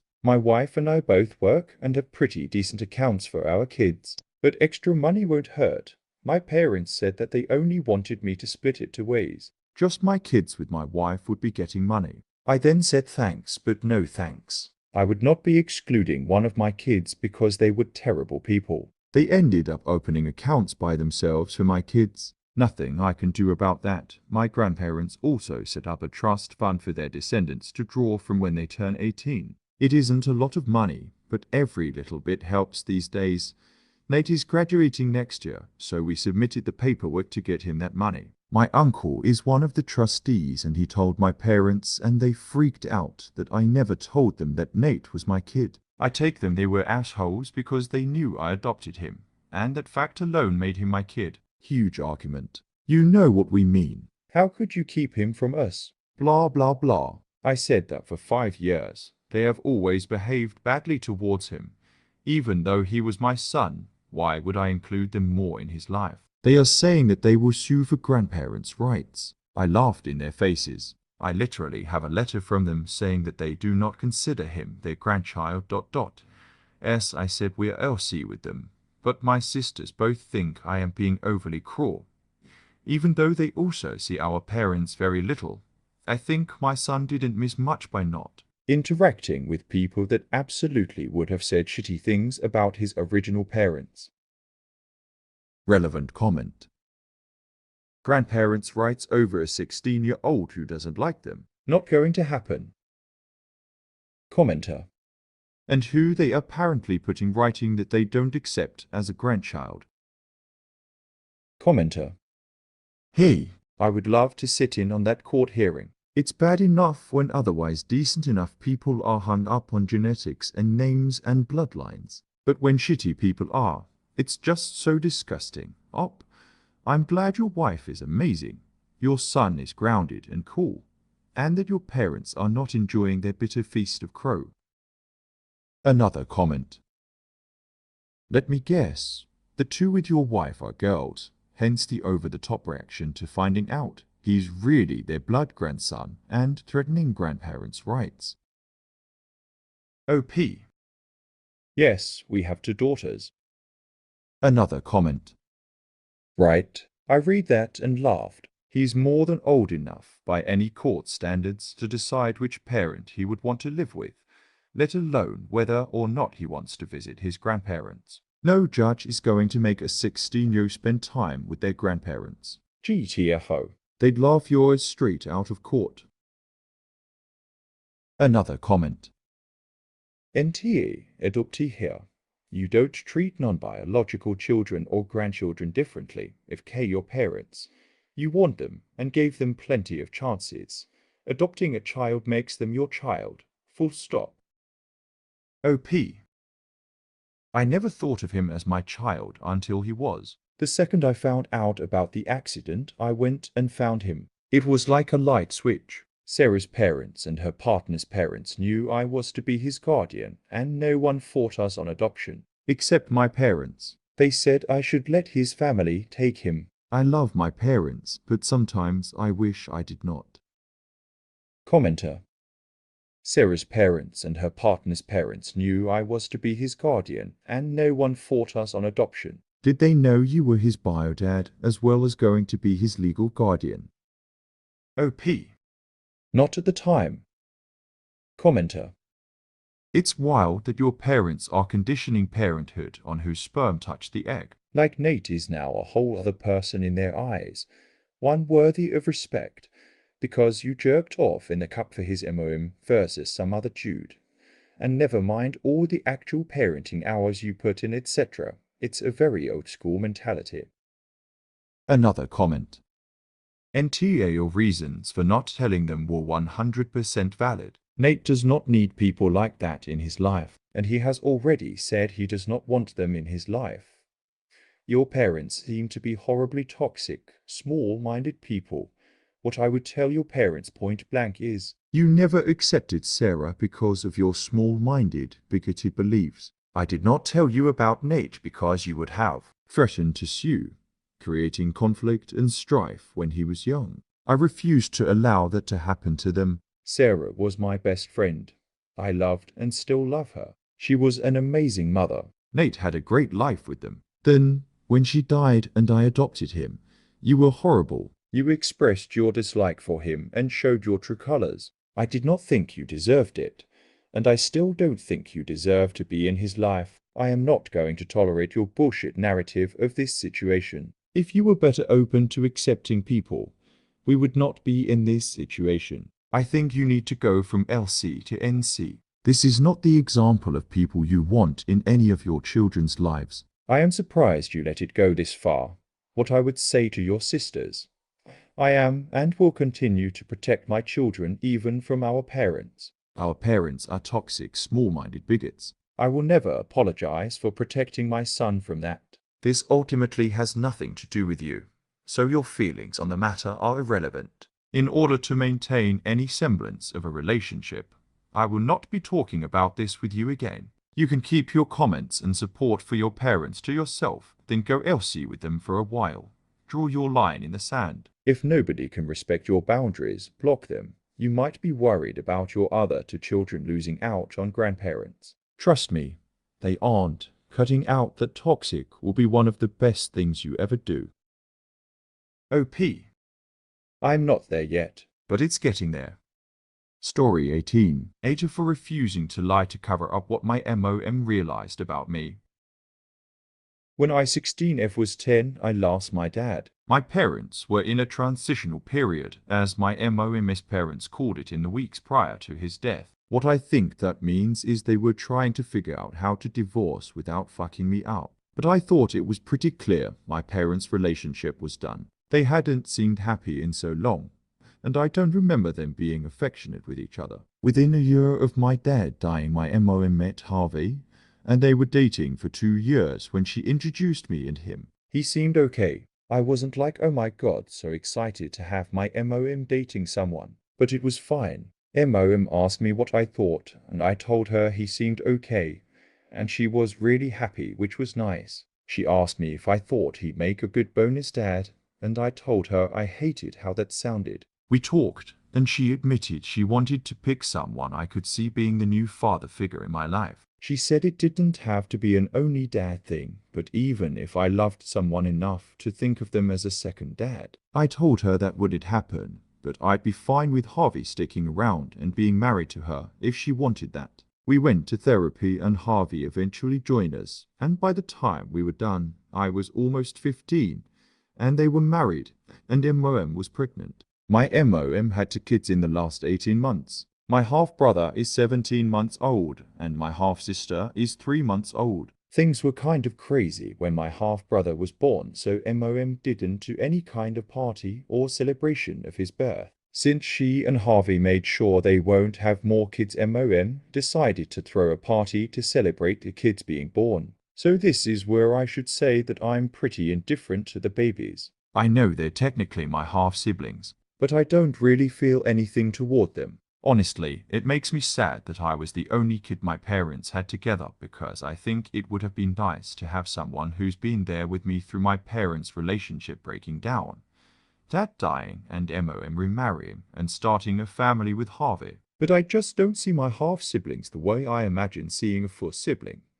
Because we only share one parent, because I'm so much older, and because our experiences will always be so different. I don't hate them, but I can't honestly say I love them. During the party for the babies, I got kind of tired of faking being happy and enthusiastic about it, so I went upstairs for a while and was talking to my best friend. Apparently my MOM overheard, and she talked to Harvey afterward, and was devastated because she has realized I don't feel all warm and fuzzy about the babies, and I'm not really happy to have half-siblings. She realized I do see them as half, and that hurt her a lot, because she assumed I would see them as simply siblings. Harvey told me what MOM found out, and he told me to lie my ass off, so MOM will think she misunderstood, and will go back to being happy. When I said no, he told me I'm being so selfish. Relevant comment. If it's taken them that long to realize, I'd say you were putting on a good show. Maybe it's time for more family therapy? OP. Not sure if that would really help. Maybe some for just me and MOM, but even then, it's hard for me to imagine it would help much. I'm sure my MOM would be hurting even with more therapy for the 2 of us. Commenter. But like you obviously feel like you can't talk to your mum, so therapy could help with that. OP. I guess. I'm not sure I'd ever be totally comfortable talking to her about this. I know it wouldn't make her feel good. Commenter. First and foremost, I'm so sorry for all you've been through. However, the cat is already out the bag. Talking about it is the only healthy choice now. Letting it fester will only cause more bad feelings with Harvey, which will in turn affect your relationship with your MOM. Try and keep the sessions to just you and your MOM though. You've been through a whirlwind that Harvey hasn't been there for, so his instinct will be to protect her and put her first. Hence the conversation he's already had with you. You and your MOM need to heal your relationship before anything else can occur. Hugs and luck to you op. Commenter. 100% this. Op.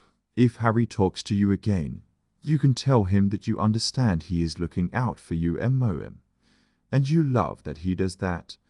Lying will not support your mental health, and your MOM wouldn't want that. Also, you are not, nor will you be rude or malicious, and they didn't have a problem with how you related to them before, but you cannot go through life pretending. Even if this would make him happy, let your MOM come to you about it. Tell her you would happily go through therapy with her alone. Another comment. NTA. I personally think that given the whole situation, you are entitled to your feelings. Plus, you being so much older than your half-siblings makes it difficult to have a good connection with them, being from a different generation at this point. You also have all these years been nice and cordial to them. You did not treat them badly or bully them. You were just slightly indifferent. Will counseling help your mother overcome and understand this? Maybe. Was Harvey wrong to ask you to lie about your feelings? Absolutely. In a current world where people tend to build their lives in lies, it is refreshing to see a young person as yourself hold to their truth. Don't ever change that. Commenter. Yeah, that's what's getting me, is being asked to lie. That will just build resentment towards husband, MOM, and new siblings. This needs to be discussed, and the MOM needs to realize that she cannot force the relationship. Op is gonna probably be gone and off to college, and what would actually hurt the two youngest would be if their parents build up this false narrative about their relationship with Op in their heads, only to be met with a very different reality. Op, NTA. You can tell your MOM that you are happy for her and that she's finding new happiness, and that as long as she still loves you and shows it, you'll still be happy yourself. There's nothing wrong with that. Commenter. Plus, Op just got 2 babies in less than 2 years. I love my siblings, but I couldn't imagine getting 2 at one time or 2 back to back like that. A friend of mine had 1 kid and a few years later had twins. She had to put in a ton of work with them to make sure the oldest was okay. Same with a friend that had 3 within 3 years. The parents did a great job with helping the kids out. My son has a best friend that is 7 and has 4 sisters ranging from 3 months to 5. He loves his sisters but struggles sometimes with it. His MOM was so excited to find out we lived on the next street over because she said some days her son just needs time to do his own thing. Another comment. I don't know how many 15-16-year who would be thrilled with new siblings full or half. There is a big distance, maybe simply because of age, and not because they're not for siblings. I think that is more important than the half or full part. You miss siblings closer to your age. Toddlers and babies won't change that. Maybe you'll get a bond later. Kids get more interesting when you can talk and interact more with them. Commenter. I was 14 when my youngest sibling was born. Guess what? I was a bratty teenager who was not happy to have another sibling. It is something I regret. We don't have a close relationship, partially age difference and partially because I was indifferent to him when he was little. I could have been the fun big sister. Instead, I just wasn't around. Op, it is okay to feel indifferent. Maybe you'll be like me when older and regret it, or maybe not. But your feelings are valid, and it is okay. Just don't treat the kids bad, doesn't sound like you are. And be honest with your MOM, don't rub it in. She might not like it in the moment, but long-term lying does more damage to your relationship. Story 19. Hater for having a bigger reaction to a stranger's gift than my husband's. For context, I 30 if just had birthday. My husband got me 30 gifts to mark the event. Nothing big, just different little items. None of the items were anything I'd buy myself in particular. My husband has the habit of buying things he likes or finds cool, but not really thinking of the other person. For example, one of the items was a nice set of colored pencils. I have a specific art style, and only draw with black pens. Or a nice vase that is very specifically his style. However, I was still extremely grateful and made sure he knew this. My sisters own a bar, so I go there and am around quite often. They have a regular who comes to the bar maybe 2 times a week for the last 2 years, so I see him pretty frequently. I'd never seen him outside of the bar. We have a joke about how aliens are probably watching all of us, and every once in a while throw crazy things at us just to see how it plays out. Anyways, the other day, we went in to have drinks for my birthday. The regular came and told me happy birthday and handed Maya a small pouch. In the pouch was $100 and a small silver alien holding a diamond. Also a note that said, "I'm hoping the aliens give you everything you deserve." I started crying. It was just so thoughtful, especially since I was expecting anything. I thanked him and gave a hug. He went about his way. My husband was acting strangely the rest of the night. When we got home, I asked what was wrong, and he told me that he was upset about the way I reacted to the gift. He said I didn't act that way about his gift that he worked really hard on. He said that it was inappropriate for the regular to give me a gift. He said I was overreacting that way, especially in front of him. But it was just a natural reaction. He doesn't want me to keep the gift. I feel really badly, but I want to keep the gift. So Ita, not a real diamond, and he gives $100 to all the staff on their birthday. I just want to thank everyone for their responses. It gave me a lot to think on. I will say this in a man twice my age. I'm 99% sure he likes men, and in no way it remotely flirtatious in my opinion. Also, this was not a ring or piece of jewelry, it's just something you put on a desk. Relevant comment. He regular's gift seems a little bit flirty, but it's hard to say for sure, so I won't assume it is anything more than it physically is. If your husband just got you a bunch of random things, then I'm sure it took him time and effort.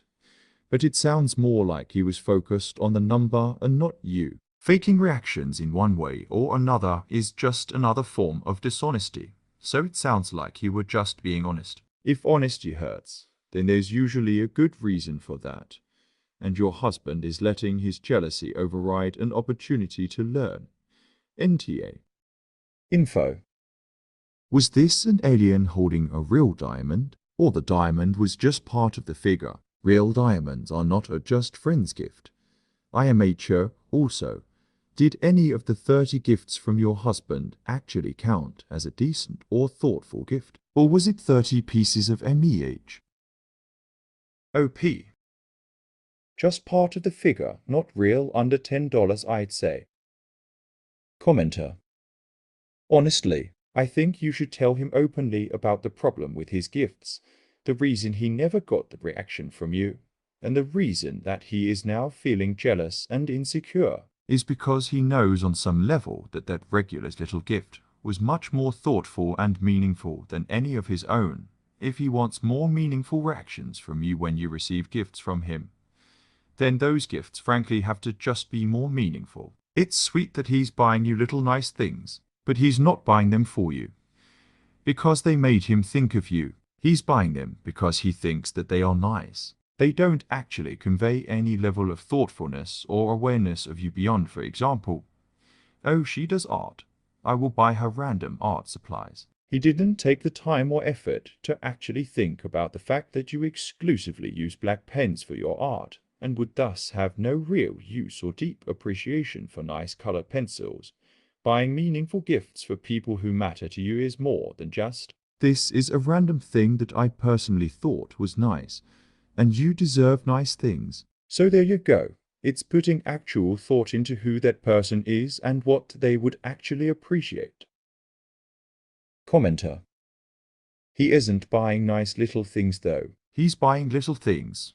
Yes, not nice things. They're things for him, not her. Nothing about that is nice. It's selfish. It's doing the bare minimum, pretending to care, and expecting to be rewarded or get credit for it. For literally not caring at all about the other person and doing some performative BS. And Applying isn't doing her any favors. Nothing will change if Orb continues to pretend husband isn't being a selfish and shitty gift giver, and one has to imagine the behavior extends beyond gift giving. Commenter. Maybe I'm giving too much benefit of the doubt. It's hard to say. Op has acknowledged that the things were generally nice in quality, which is what I meant by nice things. They're just not things that she really wants or likes, and while I wouldn't have put it so harshly, I do agree with most of this. If someone you're close with gives you their favorite candy bar as a gift and says, "Oh, I was just out and got this for you," that's quite nice and sweet, even if you actually don't like that kind of candy bar. But someone you're married to should know what candy bars you actually want and like. or at the very least should have the wherewithal to find out. If all 30 of the gifts that you get are gifts that they'd like, but you don't, yeah, that's just a total lack of actual thought or effort on the gift giver's part. And nothing's ever gonna change if you just keep eating the candy bars anyway. You're gonna feel bad cause it's not the candy bar that you actually want or like. And they're gonna feel bad cause they can tell that you're not super appreciative of the candy bar they've given you. Commenter.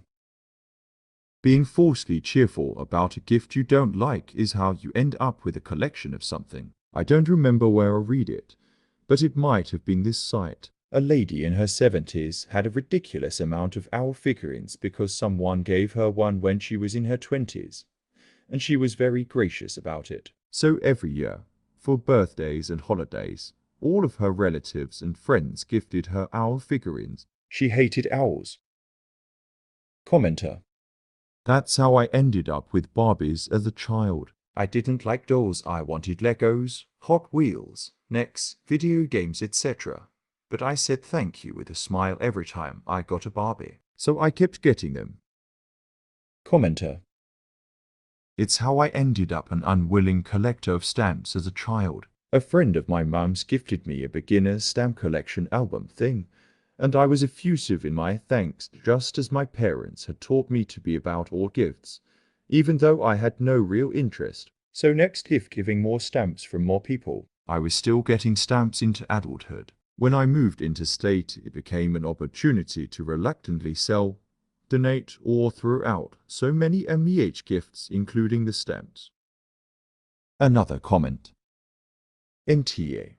Your husband sucking at gift giving is the real issue. I'm not the greatest at gifts, but even when I fail, it's in a way like Claire from Modern Family. What your husband does seems passively art. He doesn't take the time or effort to get you anything personal that you like. So if he's jealous, a little self-reflection would do him lots of good. Turning this around on your birthday and trying to make you feel bad for being genuinely happy over a thoughtful gift is manipulative AF. Does your husband even like you? Just saying. Commenter. Some men are just clueless. My current BF didn't get me anything for our first Christmas because he didn't know what to get. Then told me he felt shamed out when I had not only gotten him a really thoughtful gift, but stuff for his family too, and he had nothing. He's always put in effort since then. I told him how upset I was, and not for any reason other than he apparently couldn't think of even one thing I might like, or any effort. Geez, even just write a nice short message for me.